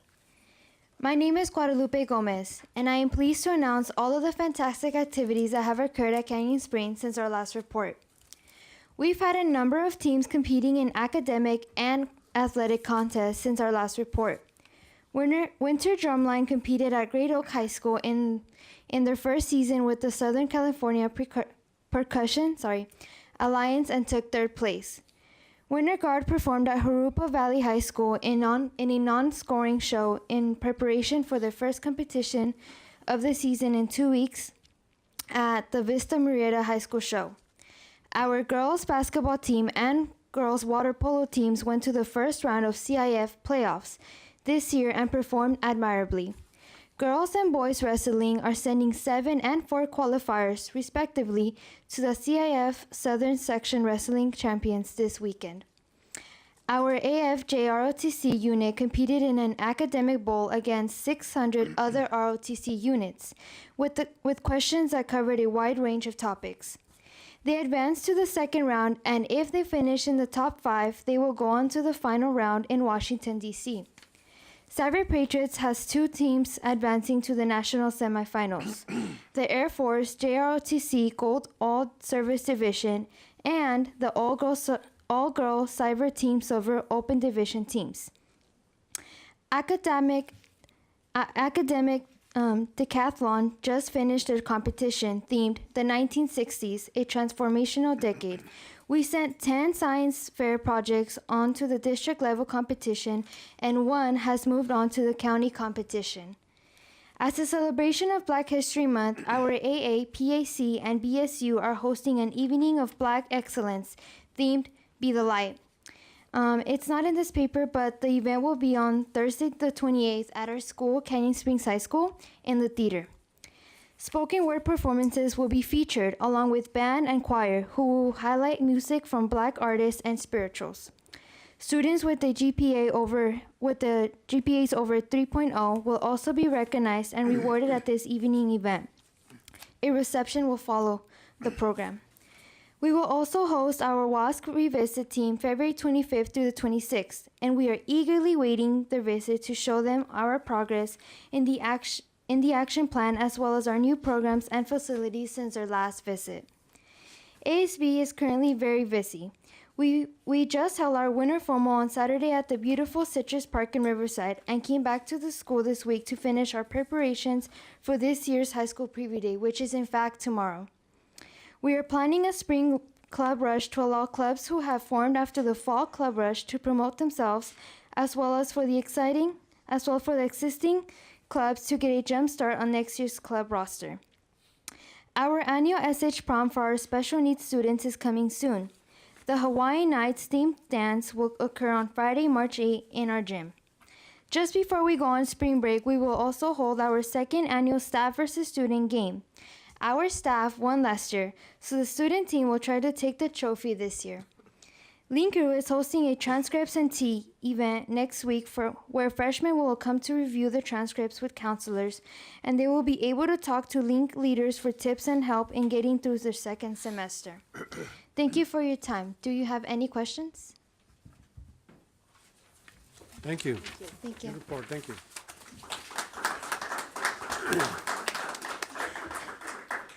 Can the representative from Moreno Valley High School come forward, please?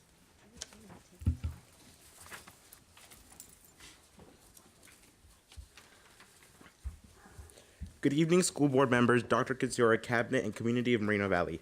I am Humberto Rojo, the ASB president. I'm here to share the exciting happenings at our school and how we are continuing to move towards our district's LCAP goals and expectations. Under Goal 1, concerning student achievement, many of our students participated in the District History Day and Place. We are very proud of our students for receiving first place in exhibit, third place in exhibit, and third in website. Good luck to them as they advance to county. Also, 3 amazing science fair projects from our school are going to county level. Under Goal 2, concerning student graduation rates, college, and career readiness. Tomorrow night, our counselors will be hosting a parent AP night so that parents can learn about the AP classes we offer and how the AP program will benefit their children. Our students have started to register for their AP exams. We want to have 100% of all of our AP students sign up before the deadline on March 4th.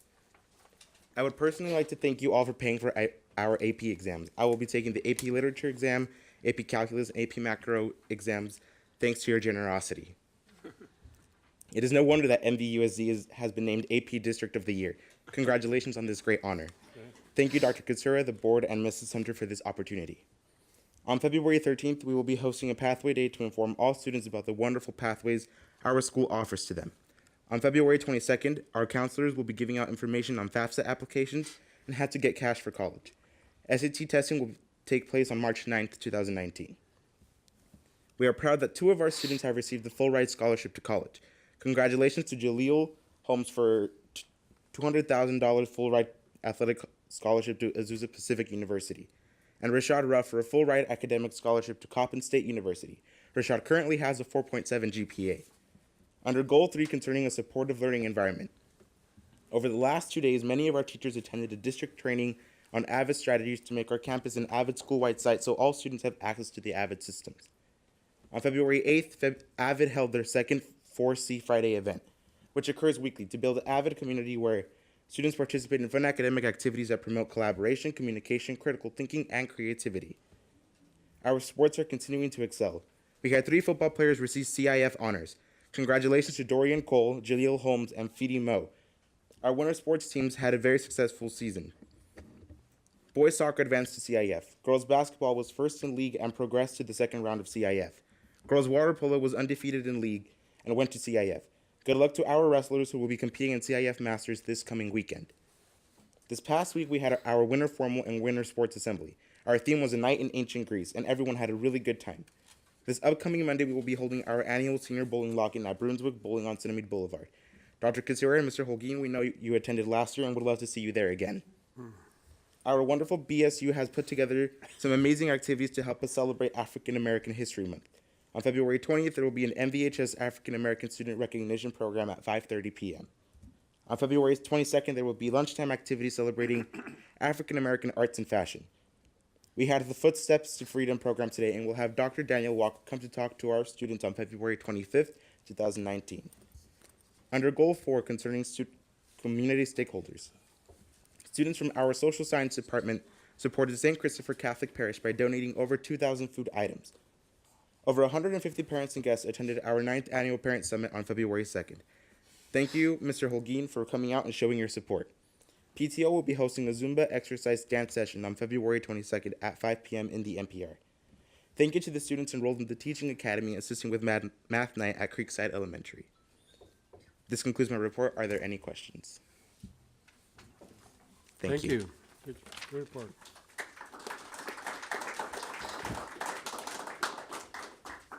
Can I get I'm sorry, I'm tired. It's been a long night. Can I get the student body representative from Valley View High School to come up, please?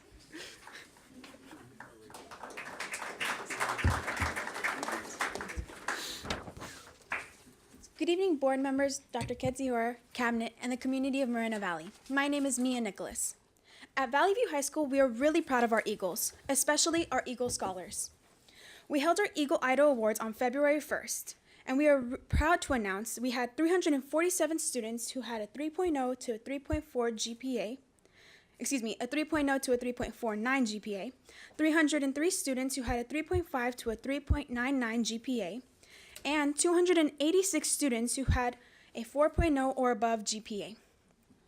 We also recognized Valley View High School students who received the Seal of Multiliteracy.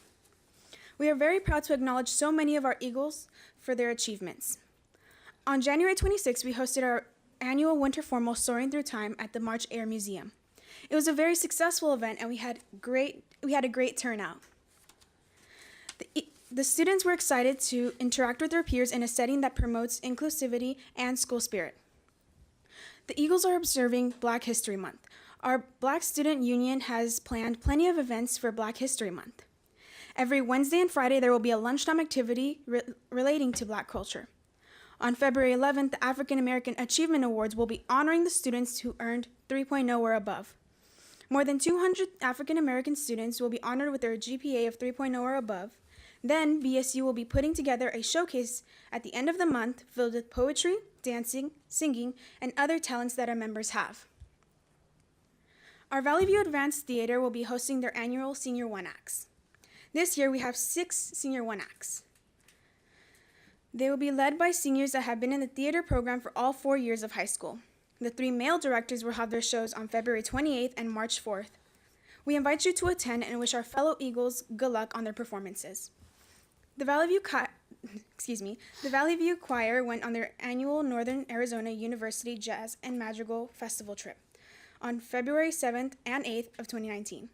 The festival is one of the largest festivals of its kind with over 100 choirs participating.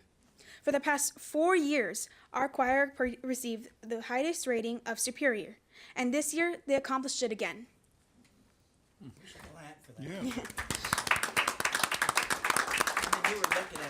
Yeah. On February 6th, Mock Trial had their first round of competition at the Robert Presley Hall of Justice. We wish them good luck as they have their second round of competition tomorrow. On February 27th, we will be having our incoming freshman night to welcome our new Eagles to Valley View High School.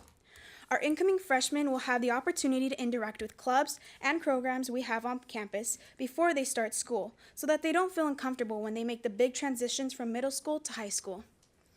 The clubs will showcase what VVHS has to offer and help make the incoming freshmen's transition much smoother. An update on our Valley View High School sports: wrestler Travis Miller competed on February 8th and 9th and placed 5th at the CIF and is now a two-time Masters. And wrestler Sky Sanchez qualified for the girls CIF. Both tournaments are this weekend, Friday and Saturday. Boys will meet at Cerritos College, and girls will meet at Eleanor Roosevelt High School. Our girls' water polo is ranked first in their division of CIF Division 5, and they won their first and second round of CIF. The water polo team will be playing Glendora High School at Riverside City College. Our boys' soccer team is in Division 4 and in their round 3 semifinals and will play Montclair. The Lady Eagles girls' basketball team will also play Chaminade West Hills High School on Wednesday, February 13th at Valley View High School. Please come out and support our Eagles as they make their way through to a CIF championship. We would also like to congratulate our February Student of the Month, Hope Johnson. As Ms. Johnson says every day, Eagles soar with excellence, they lead with dignity, and they pursue with a purpose. Thank you so much. Any questions? Yes, thank you for this report. It's excellent. Thank you. I just on the games that are coming up or the competitions that are coming up, I'm not so clear on the times or the dates, so maybe we can get that information. And then, in addition to that, I would also like to see if it is possible, not tomorrow, but hopefully the next round of the mock trial team. Yes. I would like to see if I can go. But That's going to be in my report. thank you, thank you. I just want her to know that we're interested on those activities. Of course. So thank you so much. Thank you so much. Thank you.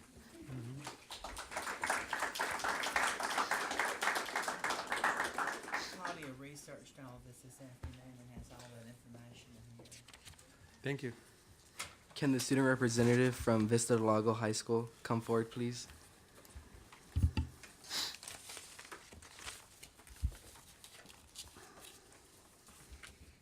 Good evening, school board members, Superintendent Dr. Kedziora, cabinet, teachers, parents, and community. I am Moreno Buhanda, ASB president, representing Vista del Lago High School, and I am here tonight to bring you exciting news from our campus. As we continue the school year, we remain focused on our Raven values of respect, achieve, value, engage, never give up, and succeed, as well as our school motto to take care of yourself, take care of each other, and take care of our school. The annual State of the District took place on January 24th, and our site had the honor and the privilege of hosting this prestigious event. District personnel, site administrators, teachers, classified staff members, community partners, students, families, and friends gathered in our theater to commemorate all the achievements, accolades, and awards earned thus far this school year. It was truly a night of celebration in honor of our greatest year. Our sensational science department facilitated the second site-level science fair and selected 10 entries to complete at the district level. A total of 7 art submissions were chosen to move forward to the county level. In addition, we have 2 incredible Ravens, Lucas Ton and Kevin Mai, who placed second at the district level History Day competition in the category Web Design. They will be going on to compete at the county level. Our English and math departments met for their monthly Innovative Ed on January 25th and 29th. The English department is seeking additional avenues to expand rigorous course offerings for next year for our underclassmen, such as pre-AP. The math department is piloting a Tier 2 academic support for IM1 and IM2 students who did not successfully pass the fall semester. The math teachers will be using their prep periods to push in to their colleagues' classroom or to pull out of their own to provide immediate support for students experiencing difficulties mastering the content. Our amazing counselors held another Cash for College workshop for students and parents on January 23rd. Students were given the opportunity to receive guidance to apply for FAFSA, Cal Grants, and other forms of aids for college. They would like to deeply express how critical it is to know that there are multiple ways to help subsidize costs for post-graduation education. The Riverside County Office of Education utilized Vista del Lago for their annual academic decathlon on January 26th and February 2nd. We had our own academic decathlon team competing. Congratulations to our 8 participants for representing us so well. The RCOE was so impressed with our facilities and welcoming environment, they already reserved Vista del Lago High School for next year's academic decathlon. Our winter sports and our cheer team held their senior nights the last couple of weeks. Our wrestling program is having an amazing season. We would like to congratulate our Vista del Lago male and female wrestlers. Good luck to Gabriel R., Isidoro Sanchez, Joshua Sanchez, Titan Lang, Renee Torres, Jesse Garcia Nino, Marissa Diaz, and Gigi Lopez at CIF. We would also like to congratulate our girls soccer team for making it to the first round of CIF. We are so proud of the growth in all the winter sports had over the summer. We are now looking forward to what the spring sports has to bring. We would like to wish them the best of luck. This concludes my report. Are there any questions? No, thank you. Thank you. Good job.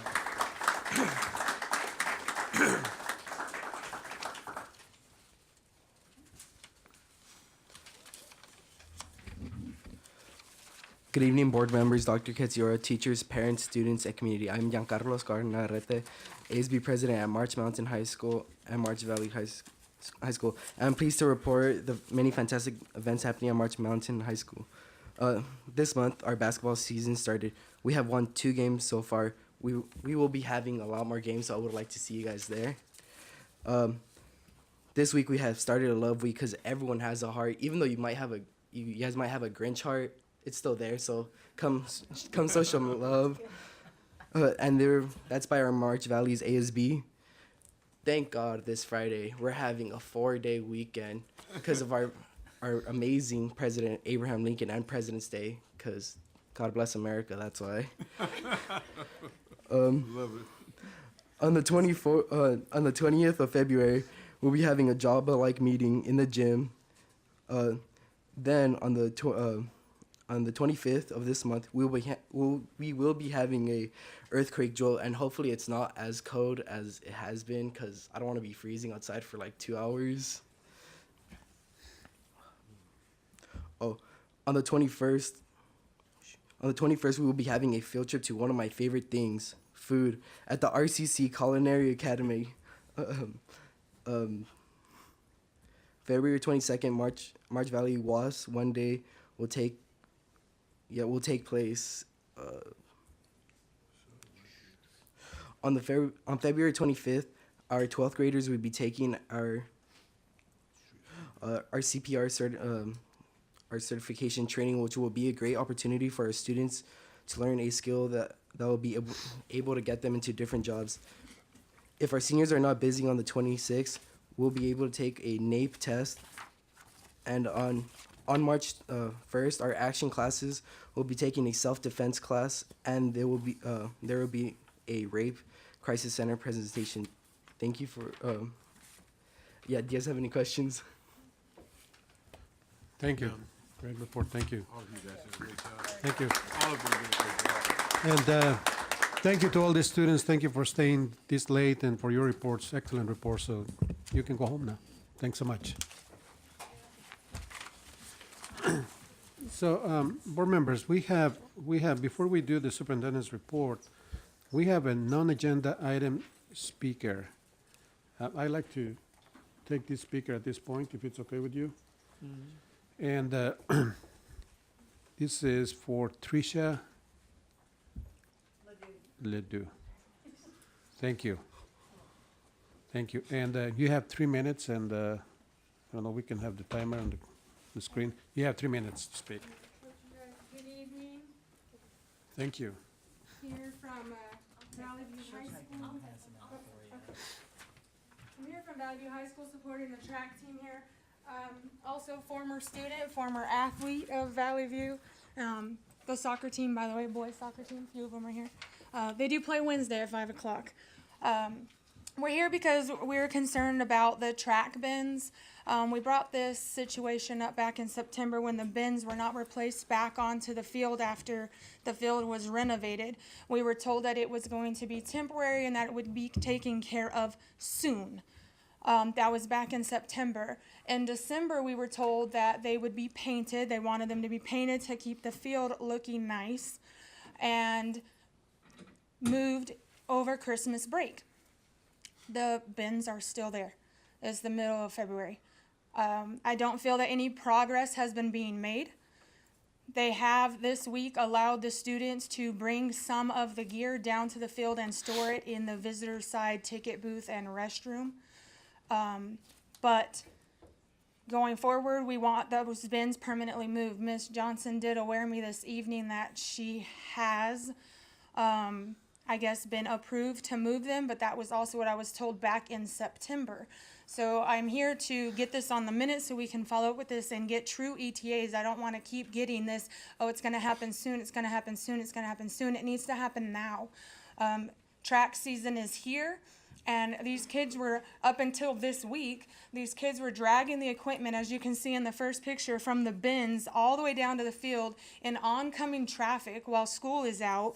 And then at night, in the dark, dragging it all the way back up there. The kids would be at my house sitting there, talking, and they thought it was funny when they're saying, oh, did you guys enjoy our live game of Frogger this evening?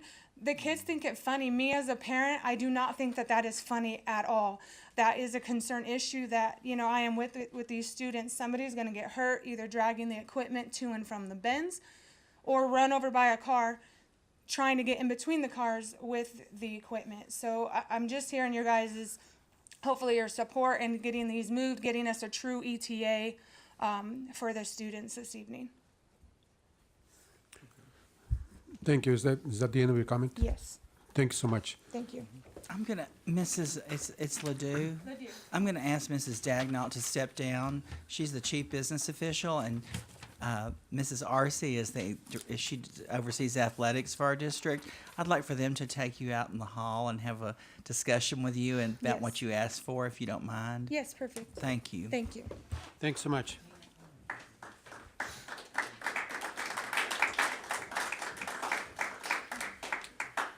Okay, so we can move on to the superintendent's report? Yeah. Okay. So, do y'all want to go out there with her so y'all can hear what's going on? The track team that's here, and the principal. You should go out there too. Y'all shouldn't be. I don't have to tell y'all, but you can go join them, Miss Johnson, and make sure it's the decision you want at your school. And Miss Rivas, support Miss Johnson. That's why you're the assistant principal. Tell her what you want and what you want done too. Okay, that's going to clear the room down. Ran everybody out. So I'm glad Glenn Jacobs is still here from MVA. I'm proud of you. So thank you for being here tonight, Mr. Jacobs, and representing MVA. Thank you, Mr. Holguin. I'm going to try to get through this as quickly as I can, and I want you to know everything I talk about tonight in our report is related to our strategic plan and our LCAP, which has 4 goals in it. One of the things that we believe in Moreno Valley is the 11 commitments to excellence on purpose, and we use this as a tool to assist us in shining brighter when we don't have I don't know if you're going to, who's doing this? Oh, there it is now, okay. I want to recognize people that have demonstrated, using excellence on purpose with the 11 commitments. I'd like for Mr. Swanson from Vista Del Lago High School, if you'd come forward, please. Do you have a certificate?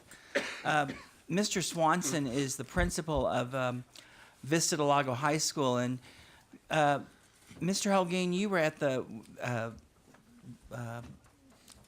I'm trying to hurry like these kids now, and you were at the academic decathlon. Just wait right there, yeah. You're in the limelight. Don't you like this?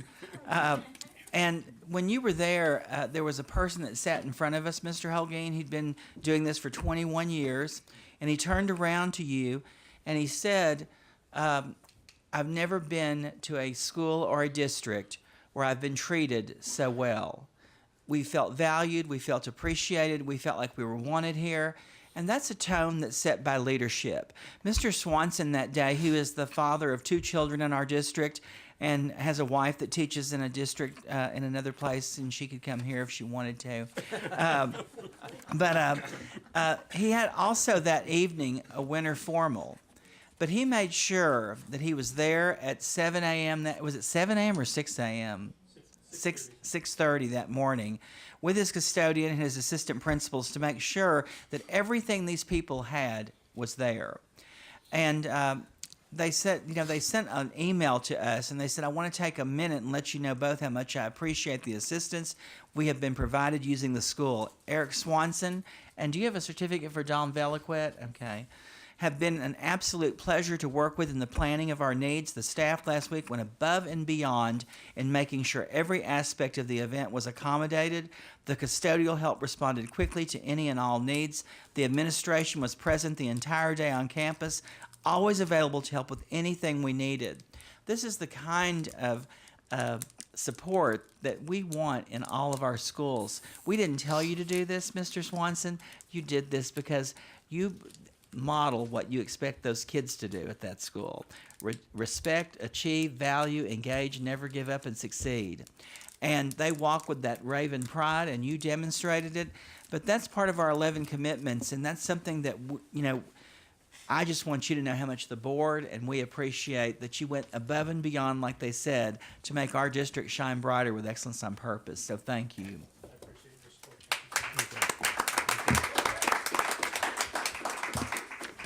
And then we're going to skip this. We did that. Thank you, Claudia.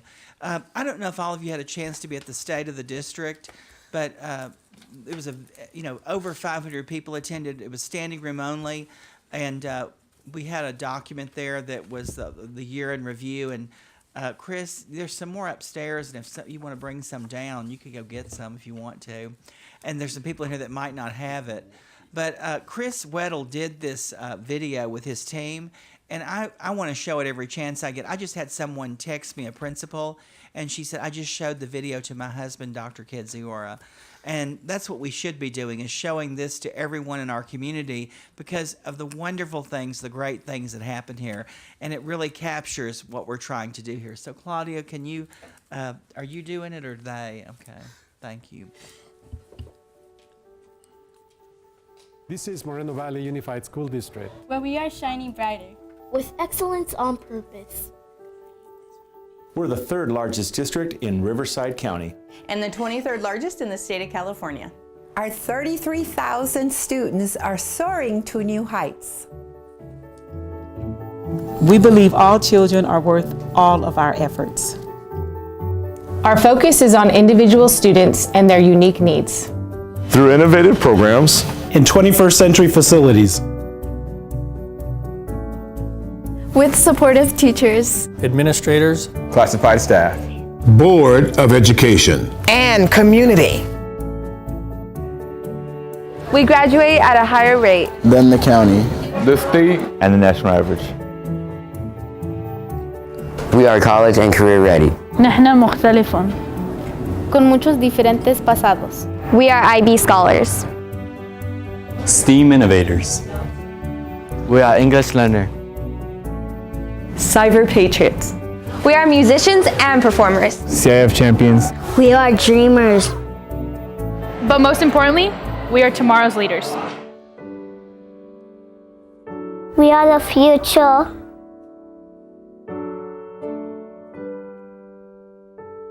When I grow up, I want to be a princess.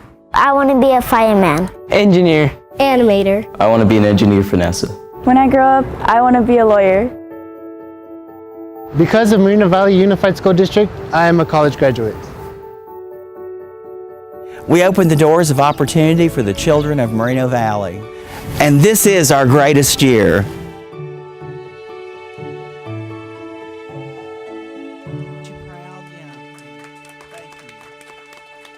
So, Mr. Holguin, I don't want you to think about this any longer, because I want you to know that girls water polo versus Glendora at 4 o'clock at the Riverside Aquatics Complex at RCC.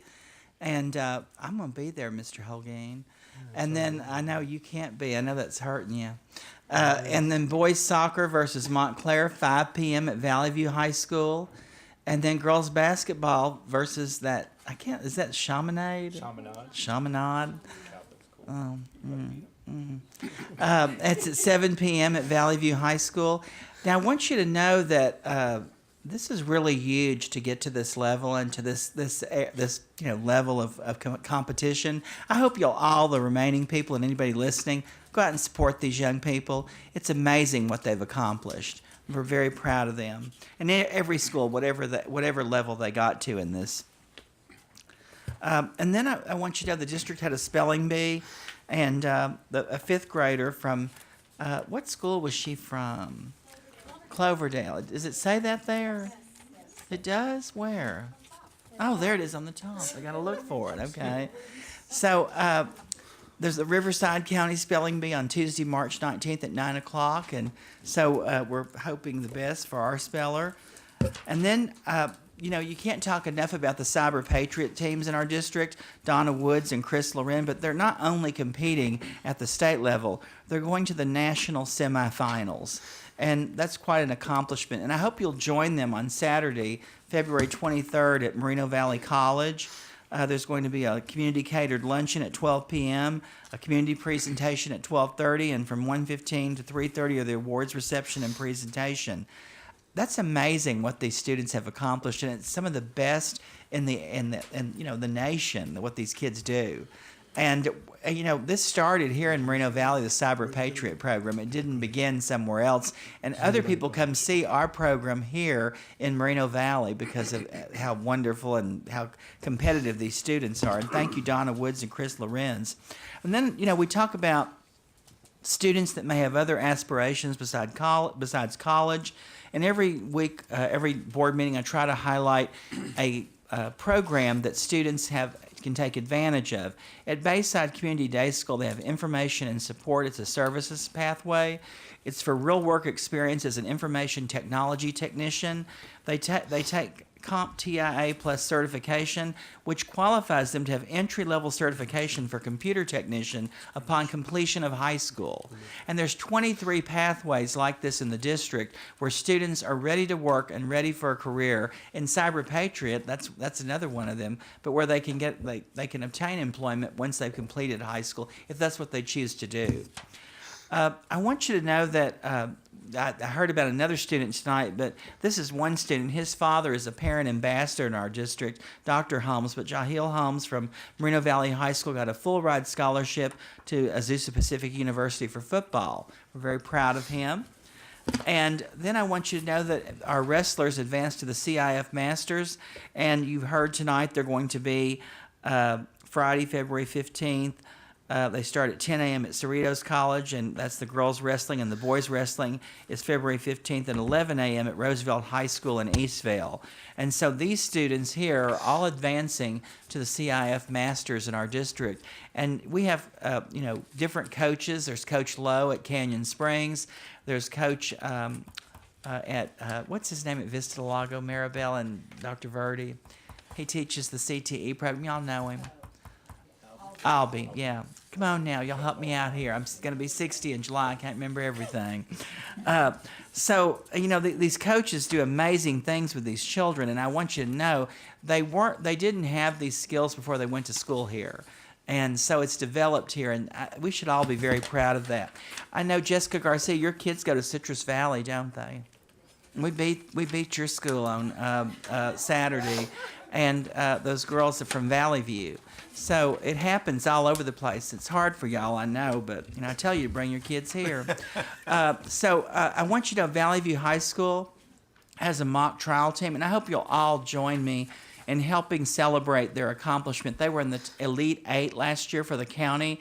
There's 18 school districts in the county that have mock trial teams, and Valley View was in the Elite 8.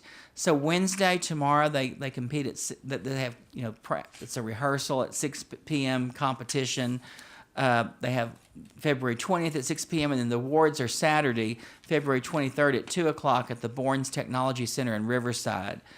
And I'm proud to say, if you look at the team there's their picture, and if you look at the other teams in Riverside County, you'll be proud to know that the children of our school district represent the children of our school district. And that's something that you don't see in other pictures of other school districts, so we're very proud of that.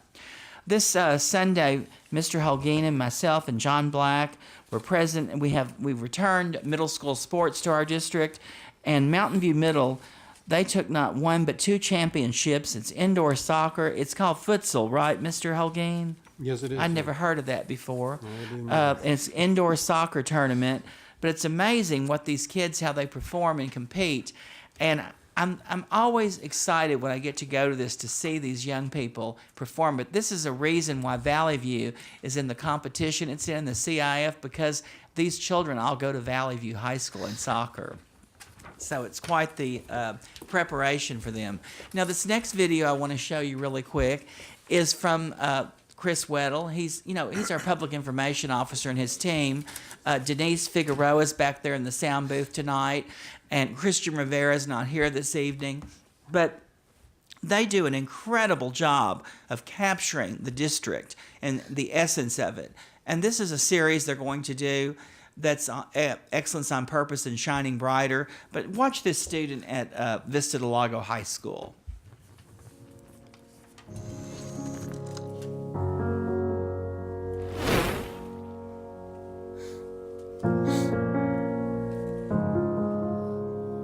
My name is Ivan Del Carmen, and I was born with one hand, 1.5 arm. Well, I am the second oldest out of 3 kids. Every day when I go home, I start exercising for boxing because that's my favorite sport. I play basketball. I could juke just a little, but I'm not good. I used to like playing soccer a lot, but then I didn't really like it no more because I was too good. I've noticed that my peers have treated me the same as other kids, but there's only been a few that treated me a little different because they thought I couldn't do the things they could do. But I proved them wrong. The first week of school, Ivan shows up in my class, and I didn't immediately notice that he had a physical difference compared to my normal students. And so I sat there, and all of a sudden I started demonstrating how to use the different saws and different tools, and all of a sudden it dawned on me that he was missing part of his arm. It took him a couple minutes, and next thing I know, I see him using the miter saw, which kind of scared me at first because I'm like, how's he operating this? And he had wedged his arm up in there in between the trigger part of the saw and was actually just making the motion to cut the saw, and he was cutting clean. It was safe. I mean, it was just not what you would typically expect to see in a normal situation with a student with both hands and both arms. In this class, I've got people with learning disabilities, I've got people with obviously physical disabilities, and they're all able to do this type of work. And that's what's real, I guess, exciting for me as a teacher of this type of program, is to see that there aren't limitations. It's their mental limitations is pretty much the only barriers that they have. I want to be a pro boxer. I want to work on cars, or probably do construction, like making houses, doing the flooring. Those are the only 3 right now. If there's one thing I would want, would it be for people not to judge a book by its cover, because you never know what they could do.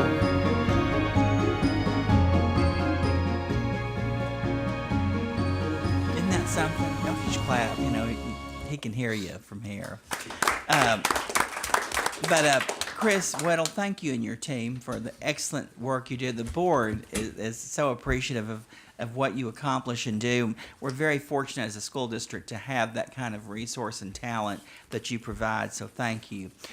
I want you to know, if you didn't get to come to this STEAM Unity Expo, it was on Saturday, January 26th, the district hosted this. More than 1,000 people were there, and it was truly a dynamic event, but a real culmination, celebration of STEAM in our district, and truly emphasized that STEAM is for everyone, and was really well attended but well supported and participated. So we're going to repeat that again next year. And then the district has really grown in visual and performing arts, and the Honor Choir program is just one more way that MVUSD is demonstrating the value of arts education to our community. On Saturday, January 26th, if you missed this, I'm sorry, but the district choir composed about 100 students performed, and just amazing what they accomplished. Greg Solomon, who's the visual and performing arts coordinator, makes this happen, but Mr. Holguin was there, and Dr. Locke, you were there, right? And Mr. Yes. Johnson, were you there? No. Oh, you weren't there. Okay.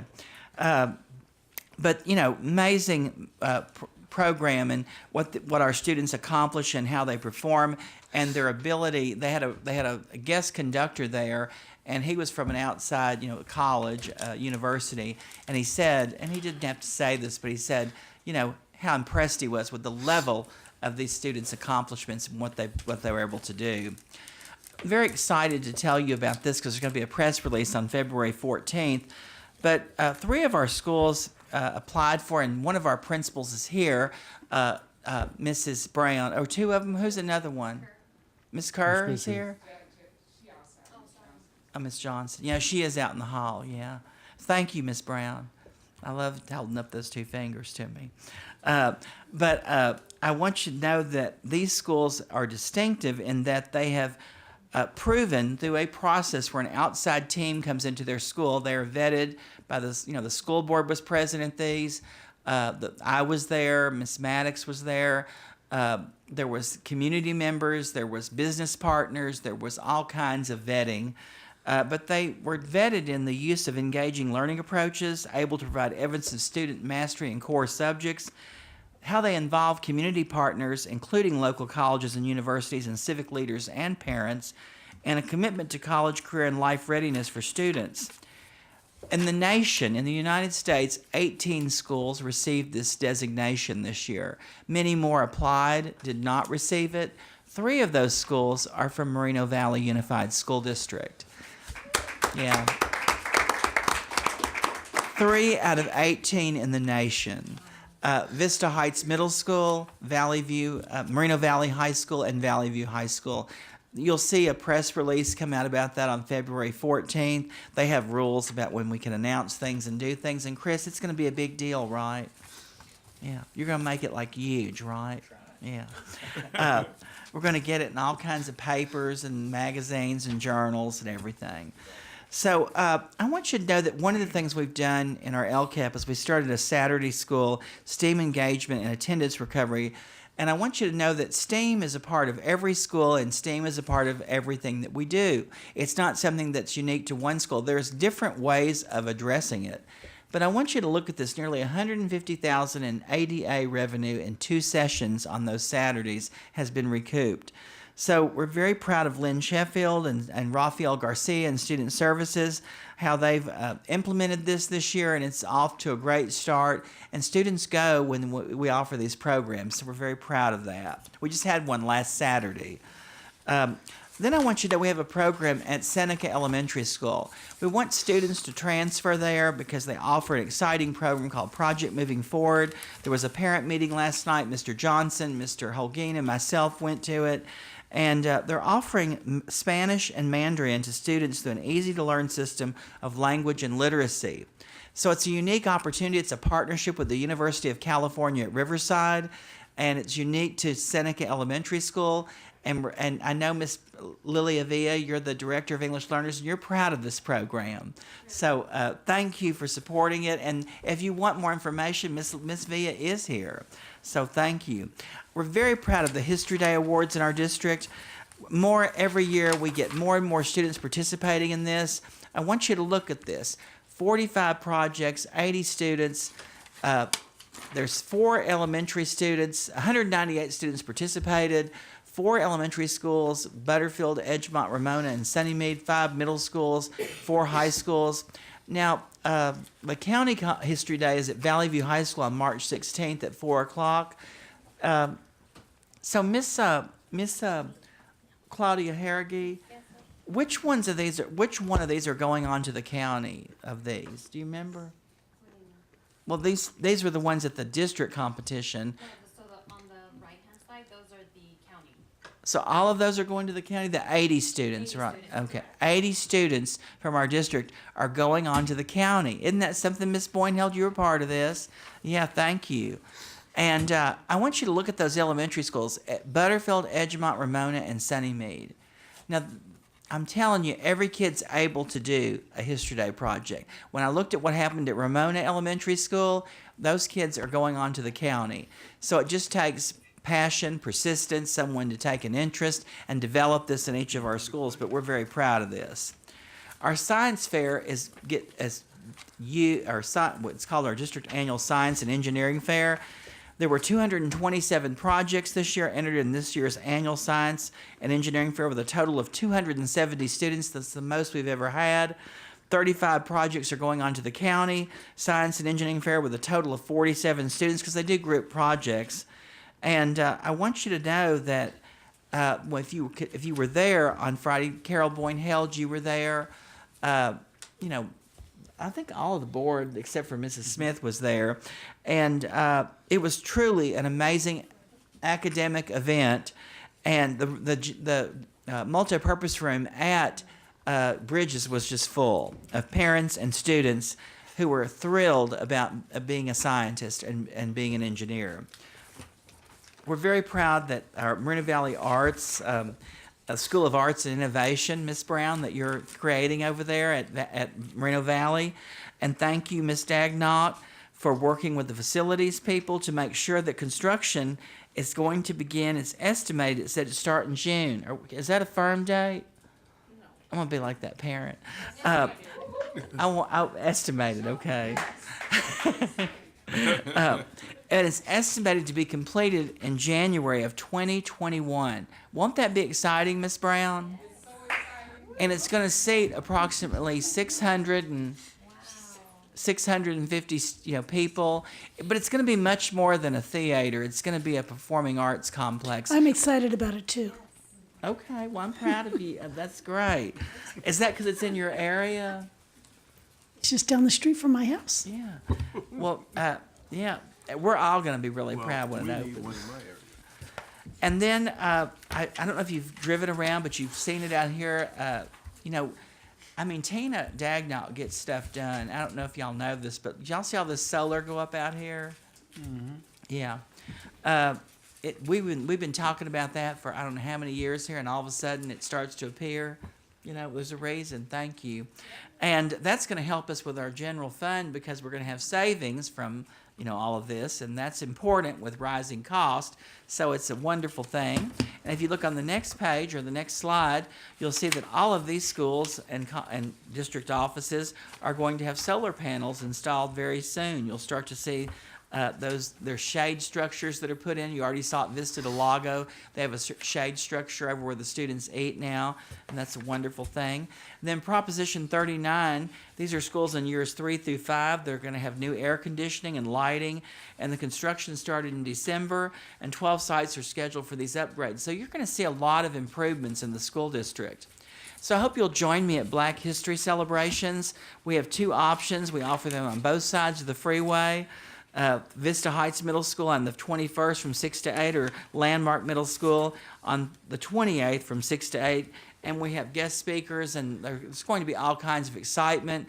I think it's going to be standing room only, but I hope you'll all come and join us and support that. It's very important. If you're interested in being a principal for a day, I don't know who you are right there, sir. Who are you? Me? Uh-huh. I'm with Gabe. I'm bringing a station to your site. Oh, okay, you're here because you're waiting for the vote on that, right? Okay, I'm taking up time, but I want you to know we have principal for a day, and I thought maybe if you were interested, there's applications back there if you'd like to come shadow a principal. Miss Brown, have you found somebody yet? Okay, I'm proud of you. Is there another principal in here back there still, or is that Miss Kerr? Miss Kerr's there. Miss Kerr, do you have somebody yet? Do you need somebody? Mr. Ashley, do you want to be a principal for a day? Yeah, there's an applicant. Mr. Weddle, go take him an application. Okay, you could be with Mrs. Kerr back there at at Canyon Springs High School, and she needs somebody, and that way she won't have to even think about it anymore. And she's looking forward to it. She'd like that a lot. And then on February 25th through March 1st, Carol Boyne-Held is here. Hold up your hand, Miss Boyne-Held. She's excited to offer a Reading Across America, which will culminate in a reading festival on Saturday, March 2nd at the Moreno Valley Mall. She's looking for volunteers. She's looking for readers. There's a flyer back there, and it has readers on the back, people who to contact on the back. And all of you people, Jessica Garcia, Jim Burleson, the man that's waiting for the contract, you can all be a reader in the district. And you can sign up for this. Mr. Barney, you can sign up to do this. Miss Carla Leiter, you could sign up and take some snacks and treats to these kids. And you can do it too. Yeah. We need people, so sign up and get one of these flyers. They're back there on the counter. Dr. Kedziora, I'd just like to say that you can either choose your own favorite book to bring, or the teacher can select one for you from the classroom. Thank you, Miss Smith. I want to remind everybody about kindergarten registration. We'd like for every child that's eligible to sign up for kindergarten as soon as possible. The registration begins on March 4th. They're going to have different events happen. And, you can find this on the website, right, Chris Weddle? And you can find it where else? At the registration center, the Welcome and Registration Center at each school site. It's going to be on social media. So help children get registered for school. And then we have so many things happening. This is the hard part, to get all this in. But the elementary art exhibit on Saturday, February 23rd at 2 to 4 p.m. at the Riverside Art Museum. I want you to know, Mr. Holguin and I went to this. You wouldn't believe how children and families feel when they see their art displayed in an actual museum. It really touches the family, the student gets excited, but what a connection to the community. So I hope you'll join us in celebrating the arts and coming out and doing that. But then we have this on March 6th, Mr. Holguin, who is with Create California, is supporting the arts education in Riverside County. It's going to be at the Palm Springs Art Museum on March 6th. It's featuring Moreno Valley Unified School District, and there'll be 4 superintendents that'll be featured at this. One is me, one is Sandy Lyon, who's the superintendent of Palm Springs, and one is the superintendent in Alford. I can't think of his name right now. And Dr. Judy D. White, who's the county superintendent. But we're going to have a panel. And all day it's going to be about the arts. There's going to be different sessions. People are coming from all over the state to this, and it's going to bring a lot of acclaim and attention to Moreno Valley. We're very proud of that. In the back of the room, Chris Weddle, our public information officer, has their transfer forms back there also.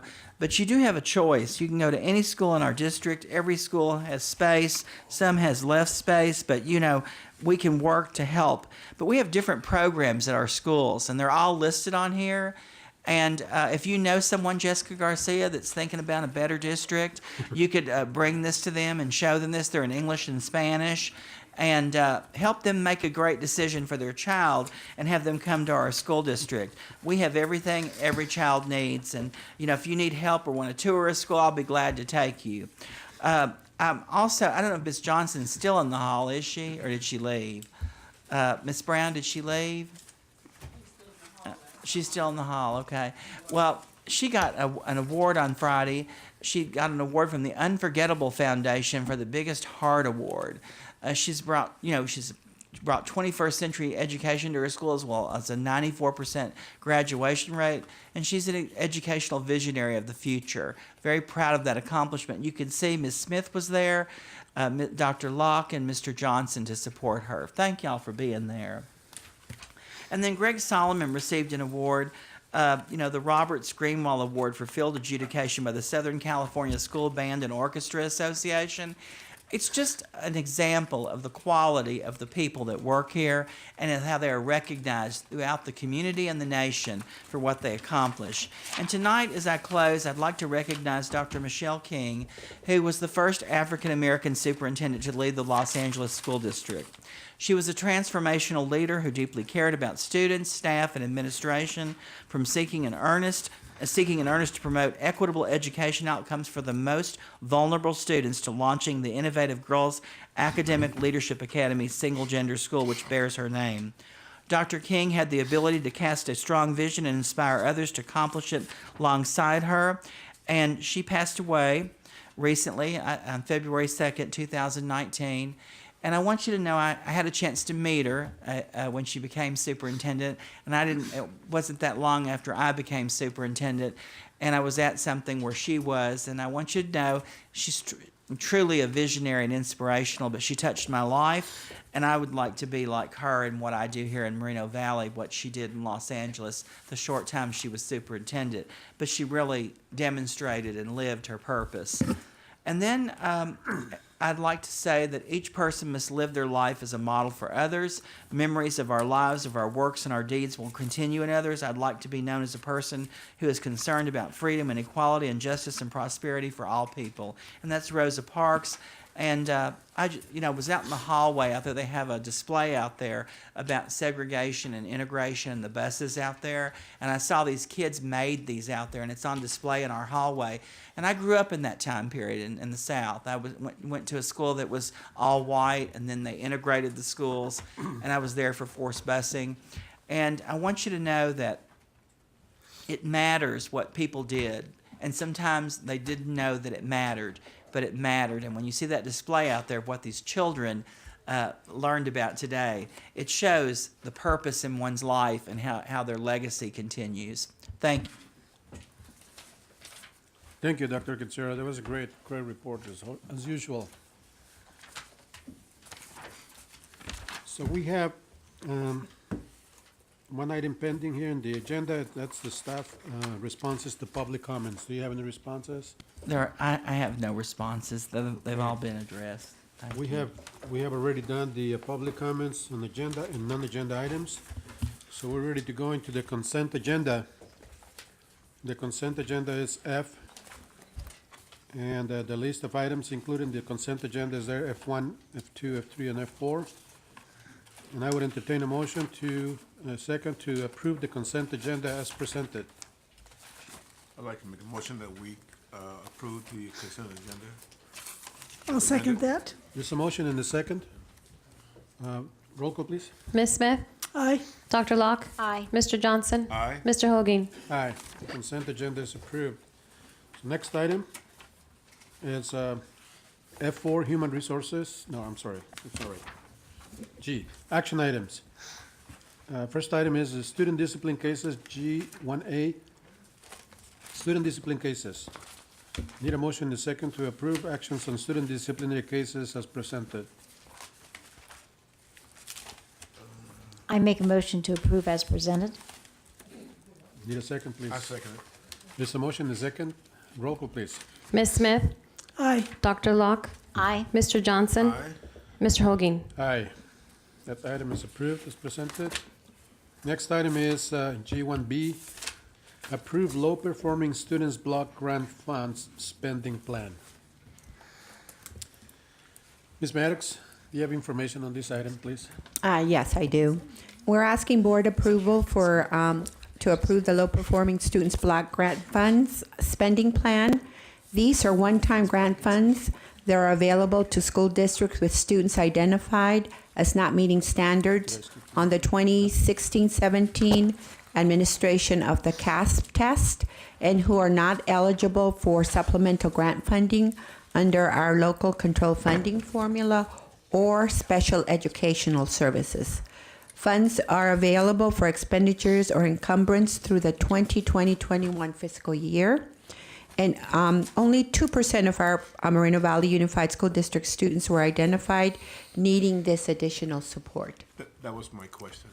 About 2%. About 2%, about 700 students in our district. Okay. Any questions or comments?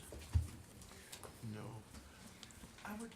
I want the board to know this is not really a grant. We didn't apply for it. We are given this money to assist these students who did not master standards. And it's really not, I mean, Mr. Holguin and I talked about this. They're really not low performing. They're just students who haven't mastered the standards. And this is an opportunity for these schools that have these students to address their issues and concerns. And there's a plan that's developed for each of them. And I think in your board packet, your backup, you got a copy of that plan, right? It's in there. Yeah, it's in there, okay. Dr. Katsura, I'm glad you mentioned that and that you and I talked about this. And I just have to express my feeling about this, and not the program itself, but the title of the program. To me, it's, it sounds very negative when we talk about low-performing students. Yeah. When we're trying to motivate students to stay in school and to excel in school and to, have the entire team working on behalf of the students, and then having this title as low-performing students, to me, it's kind of a little bit of destructive. So I just wanted to make that comment. In fact, I even asked Dr. Katsura if there was a way to change this title to something more positive, because, I And I want you to know, Mr. Holguin did ask that, and I had Lisa Brimfield contacted the California Department of Education, and they requested that in order to, because we have to show this on a board agenda that we approved it, and that you approved it, the board, and they asked us not to tweak any language about the grant, the block grant, that we keep it as it was intended. But they do know that we didn't like that it was called low-performing students. Yeah. All right, thank you. Well, I think as long as we periodically let the folks in Moreno Valley know the meaning of that, because I initially thought these were all kids failing. That's an important point. These are students that on the CASP, they score. There's 4 different levels, and they scored at the lower. There's 2 lower levels, and these are the students that scored on the 2 lower levels. There's meets or exceeds, and there's met, stand, nearly met, and then approaching, and so these students, they scored like what they call a 3 or a 4 in that area, and that's why it's for the CASP. It's not for grades or things like that. It's how they scored on that test.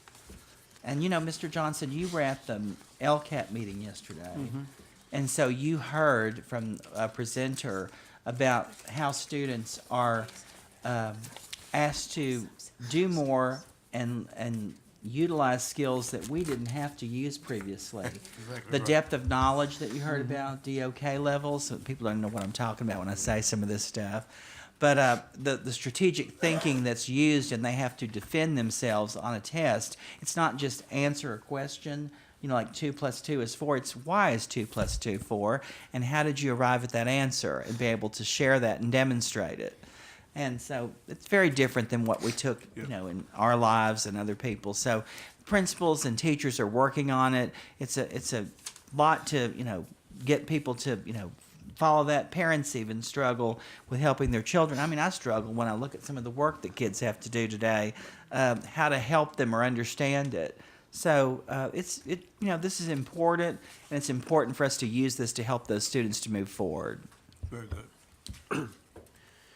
All right, with all that, I would entertain a motion in a second. I'd like to make a motion that we accept this. Need a second, please. I second. We have a motion and a second. Roll call, please. Ms. Smith? Aye. Dr. Locke? Mr. Johnson? Aye. Mr. Holguin? Aye. So that item is approved as presented. Next item is the H1A from the Business Services, authorization of parent community booster clubs. Ms. Tucknall, you have information? Yeah, as we continue to approve different booster clubs throughout the year after they've submitted all the required paperwork and signatures, et cetera, we bring these to for approval. So we have an additional booster club that we're asking for approval tonight. And I want the board to know that when Mr. Holguin and I did agenda review, that Mr. Holguin asked that we not just list the club that's being approved, that he asked that we put the other clubs that are approved, so you have a record of what's being added. And I want you to know that's at his request, and I hope this helps you in understanding that it's not just that one club or booster club that you've approved others, and they're part of that. Okay. Thank you, Ms. Dagnott, for making that change. Yes, that's a great information item there. In addition to the one booster club that we're approving this evening, we're approving. That's a whole list, and not just that one. So do you have any questions, any comments on that item? No. If not, I would entertain a motion and a second to approve the authorization for this. So moved. Second, please. I'll second. It's a motion and a second.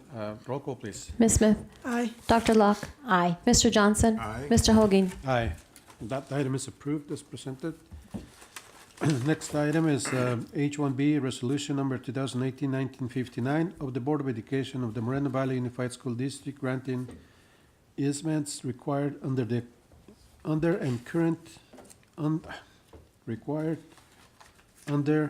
concurrent with power purchase agreement previously awarded to California Solar One LLC, a subsidiary of Engie Services. U.S. Ms. Ducknall. Yeah, this is a resolution granting access or an easement to all of the schools that are receiving solar panels. So this actually grants the access for NG through this power purchase agreement for the installation, operation, and maintenance of the solar panels. Oh, okay, I was wondering what that was for sale. Okay.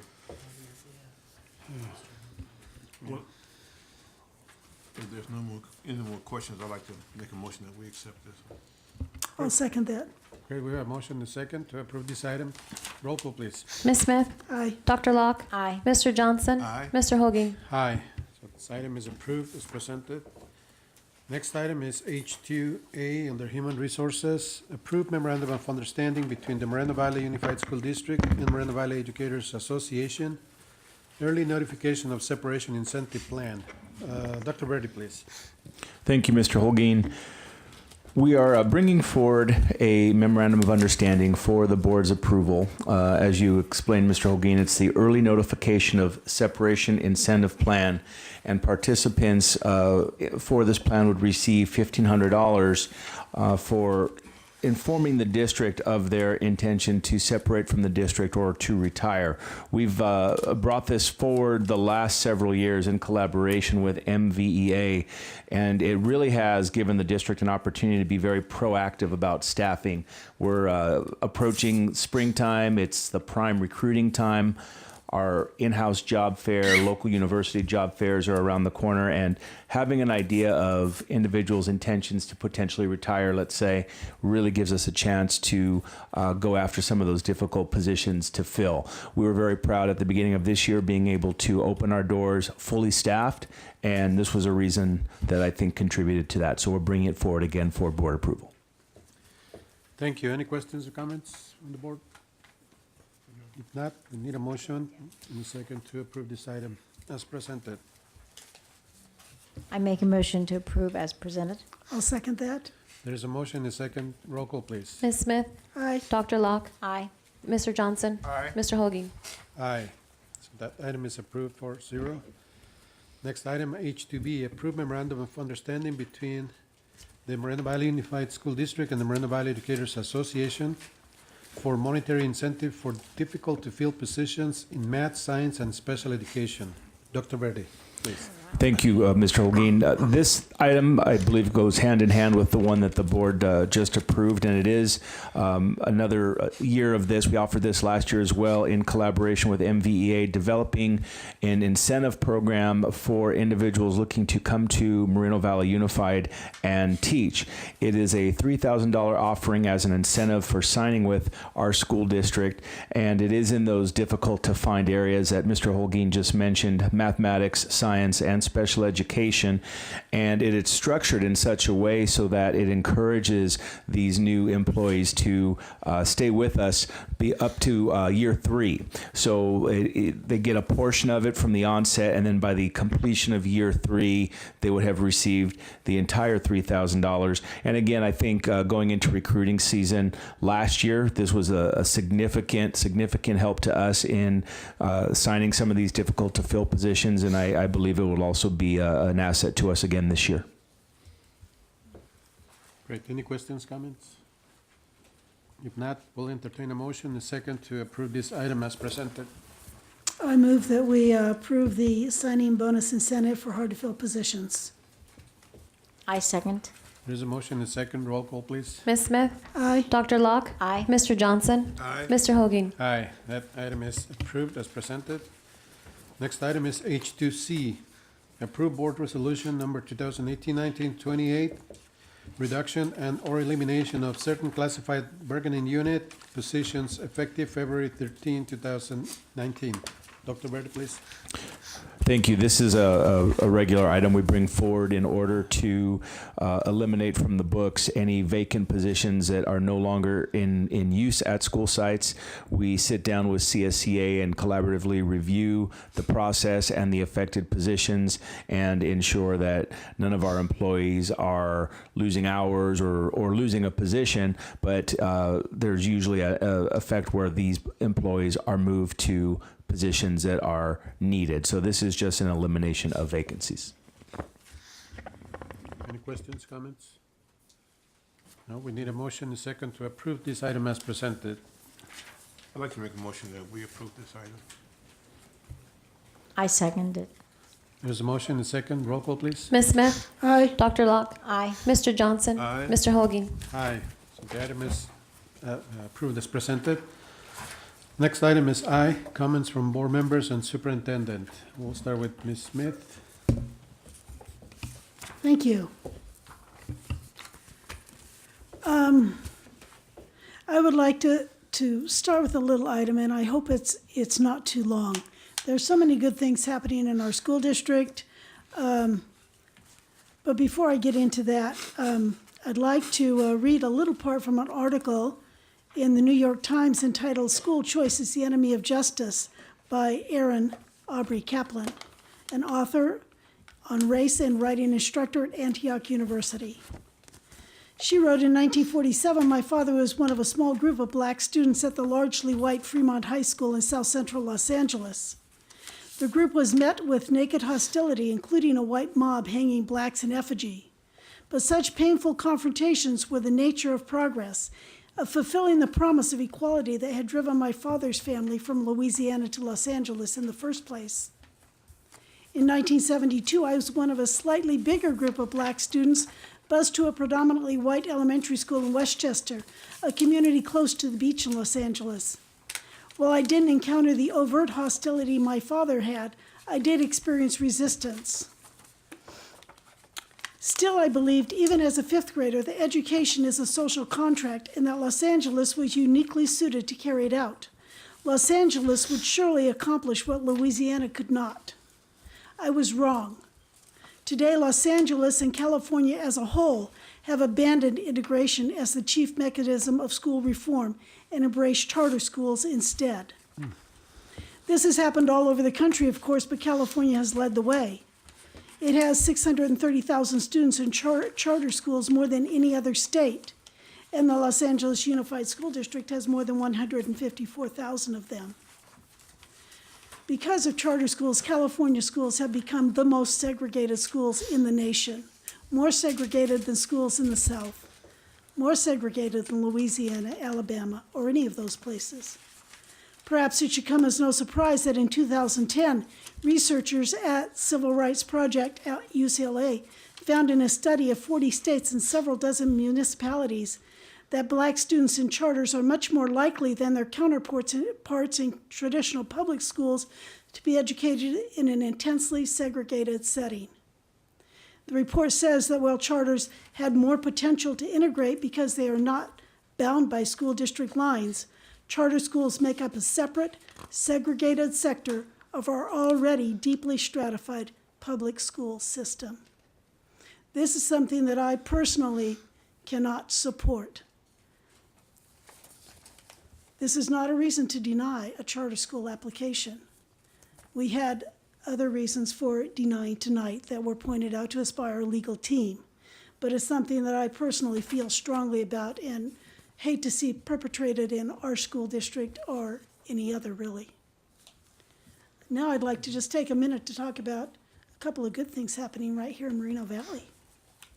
I was privileged to go to a lot of different things, including the presentation honoring Mrs. Johnson, our Valley View principal, and it was great to be there with her and to support her during that time. I also went to the 3rd Annual Youth Summit, which Moreno Valley Unified School District puts on a regular basis. Is that an annual deal? Yes. Yes, where they had workshops on mental health, graduation options, leadership, and many other workshops to help our students, and these were predominantly, I think, foster youth. Were they predominantly foster youth? Yes. Yes. So it was great to be there, to see the kids so excited about what they were doing and what they were learning. I also went with Mr. Johnson. It was just the two of us over at Badger Springs School for a reading night, and it was a lot of fun to see the kids getting excited about some of the opportunities that they had. They had a huge number of families there. I was surprised. Did they say they had over 300 There were people a lot. signing There up. were quite a few. They had a lot of people. As a teacher, I know how hard it was to get parents out and students out to those nightly, like reading night or math night, and you just have a few people come. But on this occasion, there were so many parents and students there. It was exciting to see them and to see them taking advantage of that opportunity to get enthusiastic about reading. A friend of mine who teaches 5th grade in another school district said to me just a week or so ago, well, the kids in my class just don't want to read. How do you get them excited about reading? You know, come to Moreno Valley. I said, so what's the district doing to support you? He said, well, really nothing. I said, well, you should be working here. What could I say? Where we support reading and support enthusiasm for reading in our students. We also, I think we all went to the STEAM Unity Expo.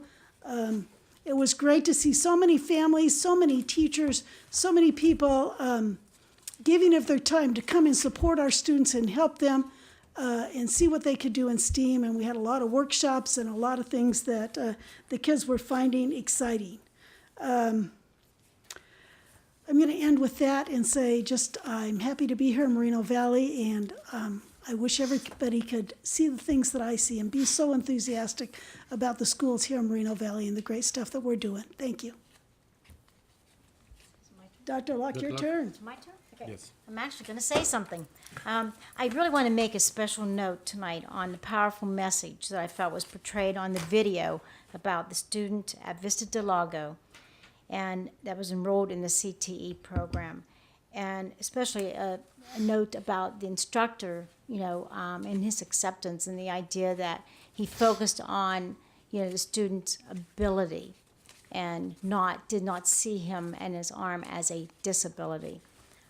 And I think that message needs to be, that video is so powerful. I'd like to see it used as much as possible because there's nothing like talking to the student, And last but not least, I want to commend the superintendent, the board, making sure I don't forget anyone, the superintendent, the board, cabinet, and the school site staff for the focus on visual and performing arts. I think with the district, I take no credit because it all started before I got on the board, but to see what's happening in the district, and the students being able to give the opportunity to participate, and and just having their uniforms, so when they go out in public, they look professional, and I noted too that we are now also focusing on a special education, and including them in that. So anyhow, I want to thank everyone, and we are doing great things in the district. Done? I'm done. Okay, I had a long list, but I'm not gonna do it because it's time for us to go home.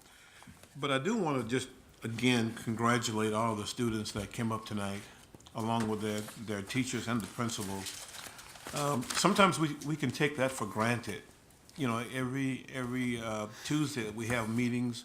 We go through this, and I think if we allow ourselves, if we notice this happening every time we have a meeting, we can just look over it. But just know that those students are very proud, and they're very happy to be receiving awards and being recognized.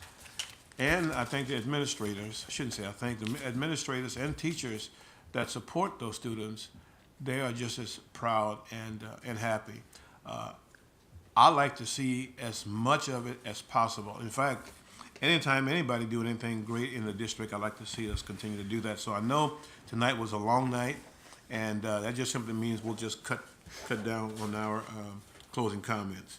But thank you again, Dr. Ketziora, for making sure that we recognized all of those folks who work hard to get our students to where they are today.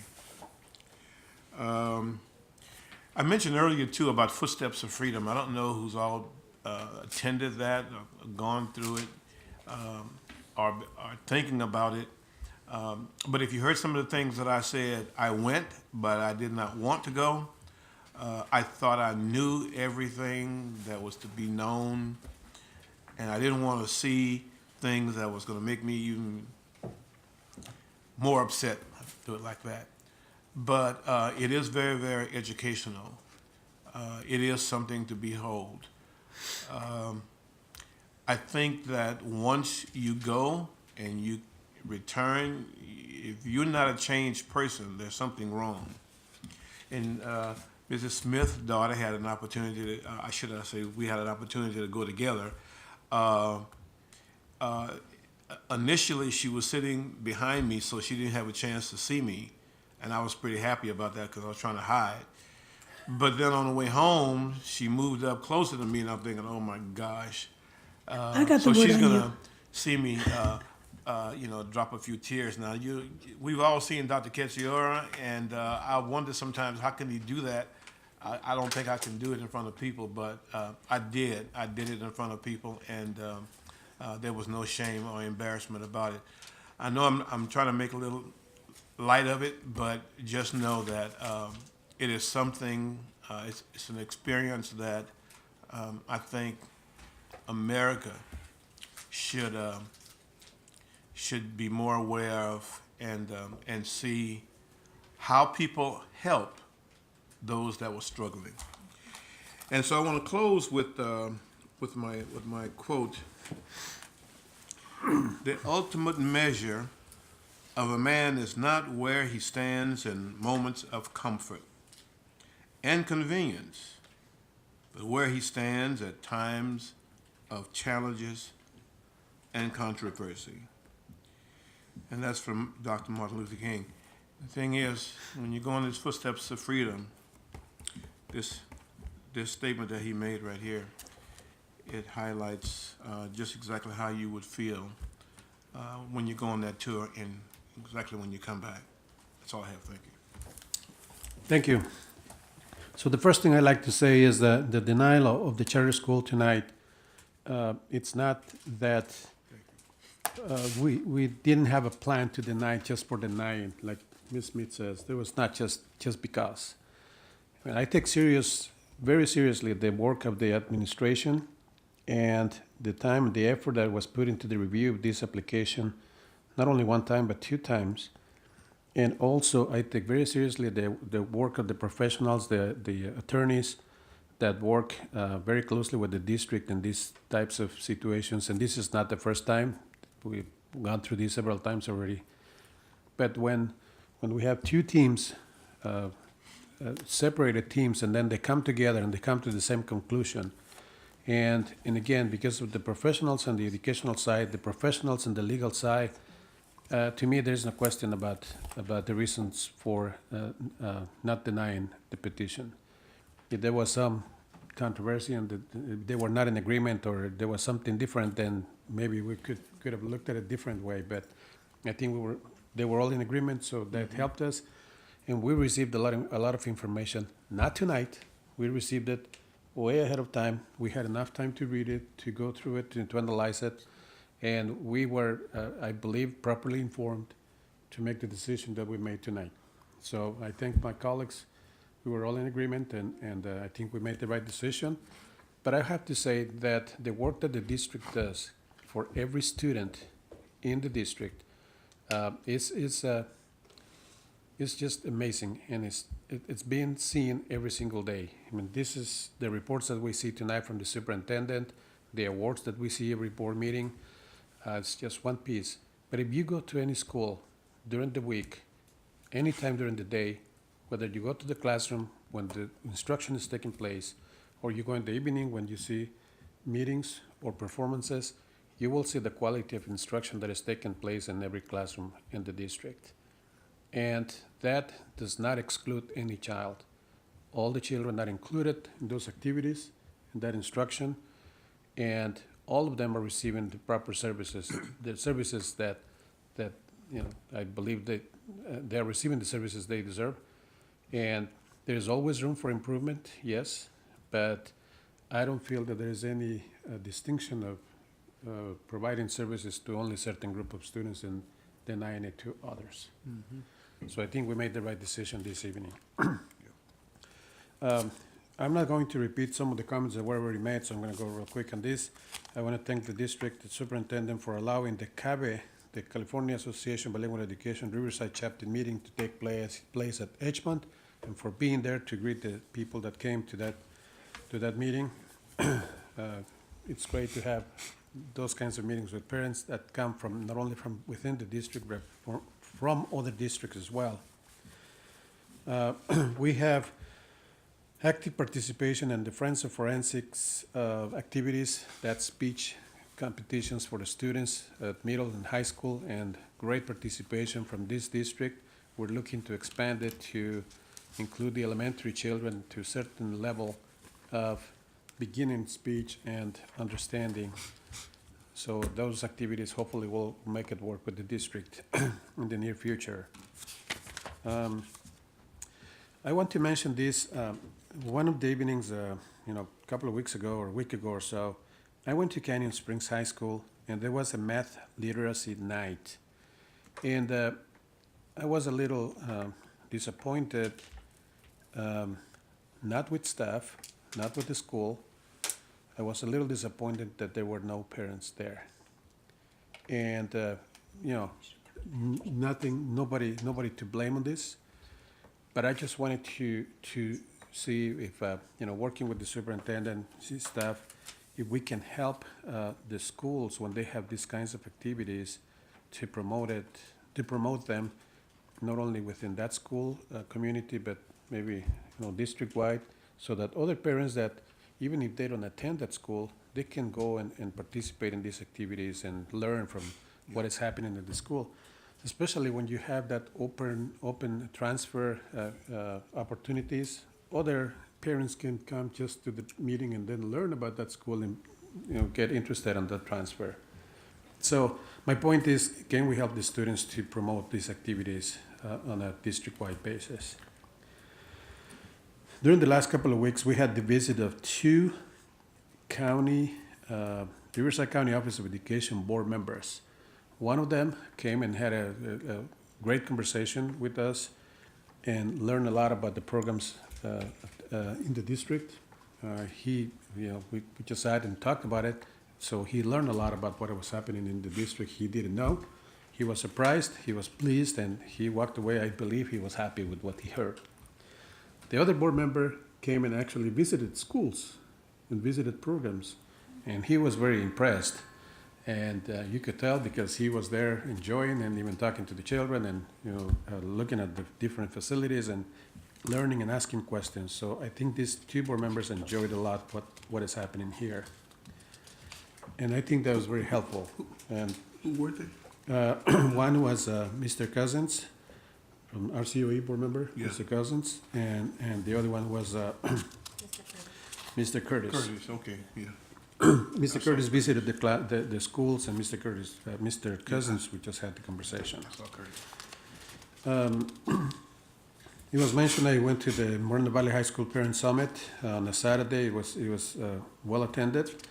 Great breakout sessions, great speakers, and that's again one of those activities when we have the parent engagement at that school. And I believe this was the 9th annual Parent Summit, so that was a great thing that is continuing year after year. Let's see. Dr. Kitsura mentions a lot about what is happening in the district, what staff is doing, and the schools and students and parents and all that, but he forgot to mention what he is doing.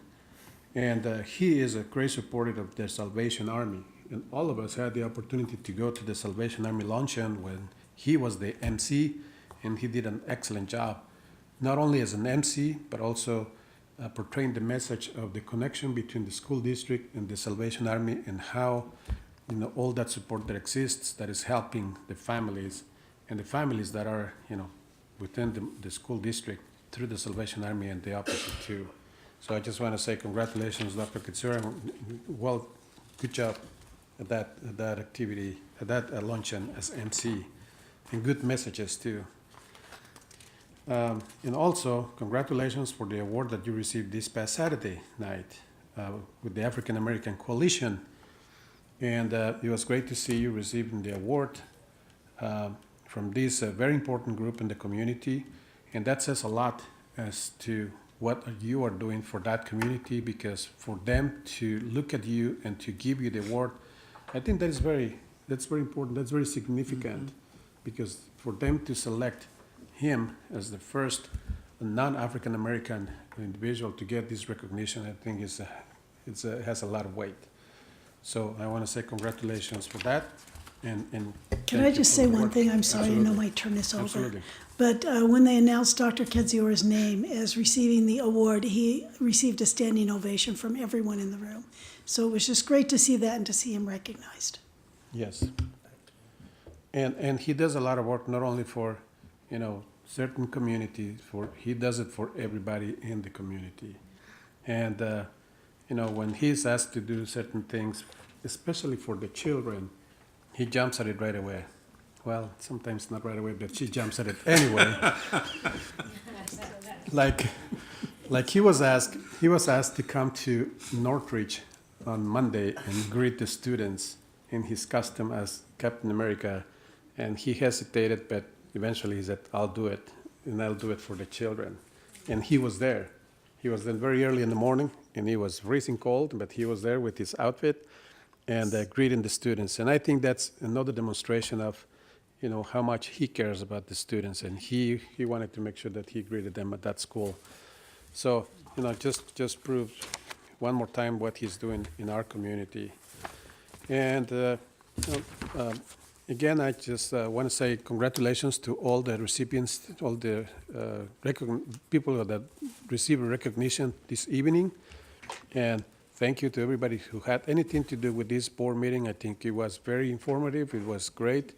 It was very peaceful as compared to many other board meetings that we've had in the past. And I want to say to the people that are sitting here at this point, thank you for staying this late. And the people that are not here, hopefully they watch this, not the movie, but the video, and especially the report from the superintendent. I think there's a lot of great information there. It's just one piece of many things that are happening in the district. So thank you all. Thank you, colleagues, for such a great work this evening. Superintendent. Thank you, Mr. Holguin. I want to thank the board. I want to thank the cabinet, and I especially want to thank you for being there Saturday night to support me with that award. I was very touched, and I want to thank the African American Coalition that selected me because I was very honored. My sister today was calling the newspaper in Tennessee, and she said, I read about this online, and she said, you're the first white person to get this award. This is a big thing for us. And she said, I want to make sure it gets in the newspaper here. Why haven't you called me? And I thought, I don't know. But, I really appreciate it. I do. And I want to tell you that when I heard some of the comments tonight about our district and when the charter application, I do want to have 3 rebuttals.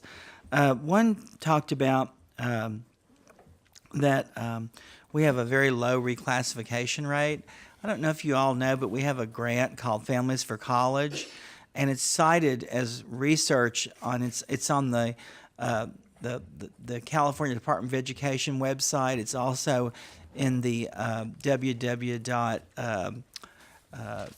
the education website for the government, ed.gov, for the nation.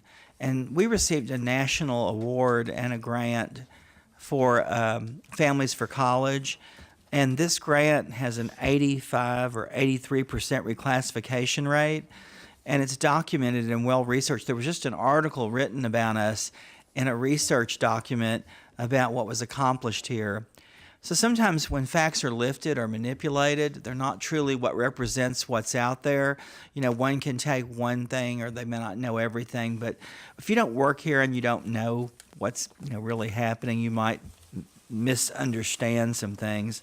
And then another comment was made that, about the access to college. And I do want you to know we have work to do, and I'm not disagreeing that we have work to do, but there has been so much progress made with students taking A through G coursework, and there's much higher access than 70% don't have access. But that's a work in progress. And then the other thing was about the suspensions of black and brown students. That's simply not true. There's 6 times more suspended here. And I want you to know that for the past 2 years, the district has received 31 PBIS awards. There are 40 schools, 31, and they're out in the hallway out there. 31 awards for PBIS implementation and the reduction of suspensions and expulsions, and 29 this year. And, that's a great testament to what's happening in our schools. But we were also cited as just being disproportionate for African American suspensions and expulsions just 2 years ago, and we're no longer cited for that. That was removed as an item of compliance, and the district is no longer disproportionate. So, I know that people want things, but they shouldn't want things that make us sound bad. Because there are many great things happening. There is much to do, and we are continuing to work on that. But I just think it's important for the public to know that we too care about all students who are marginalized, disenfranchised, and students who have not been served well by the system, and continue to look for ways to address those students' needs in a very dedicated way, which is part of why we have all these programs that we do. The board was recently at a meeting. We've established an international baccalaureate pathway, which is at Vista Heights Middle School and Canyon Springs High School, and will be extended to an elementary school. When the team came to visit, the board was all there, and one of the things the team said that we're visiting, because you have to have a visiting team that certifies you, was they had never seen the kind of district support that they saw in this district.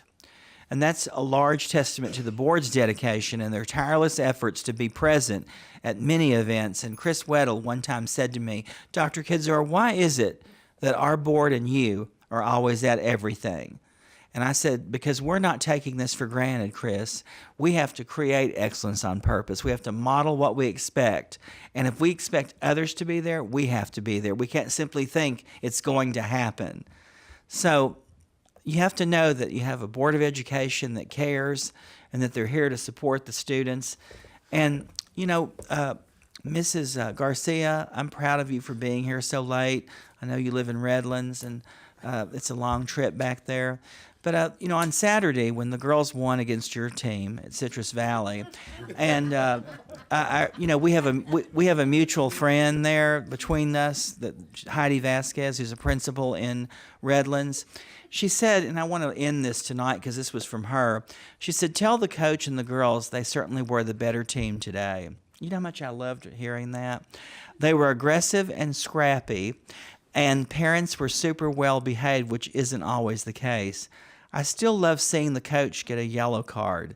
That is so awesome and shows how passionate he is. Kids already had the game won, but he wasn't going to take a bad call. It made me smile, and I was really proud. And I said, I shared this with the coach and the girls at Valley View. But one of the things that she said to me was, they are a very good team. She kept texting me throughout the thing. They're very aggressive. And I said, our kids know how to be aggressive. Teaching them where and how to use it is what we do. Thank you, Heidi. So I look forward to tomorrow's soccer, water polo, girls, basketball, and the wrestling team this weekend. And I want to congratulate all of our teams on all of their hard work to get to the levels they have. Thank you. So with that, this meeting is adjourned at 10:28 p.m. Thank you so much for being here this late. That's double time, isn't it? That's double time, isn't it? Double time? 10:28. 10:28.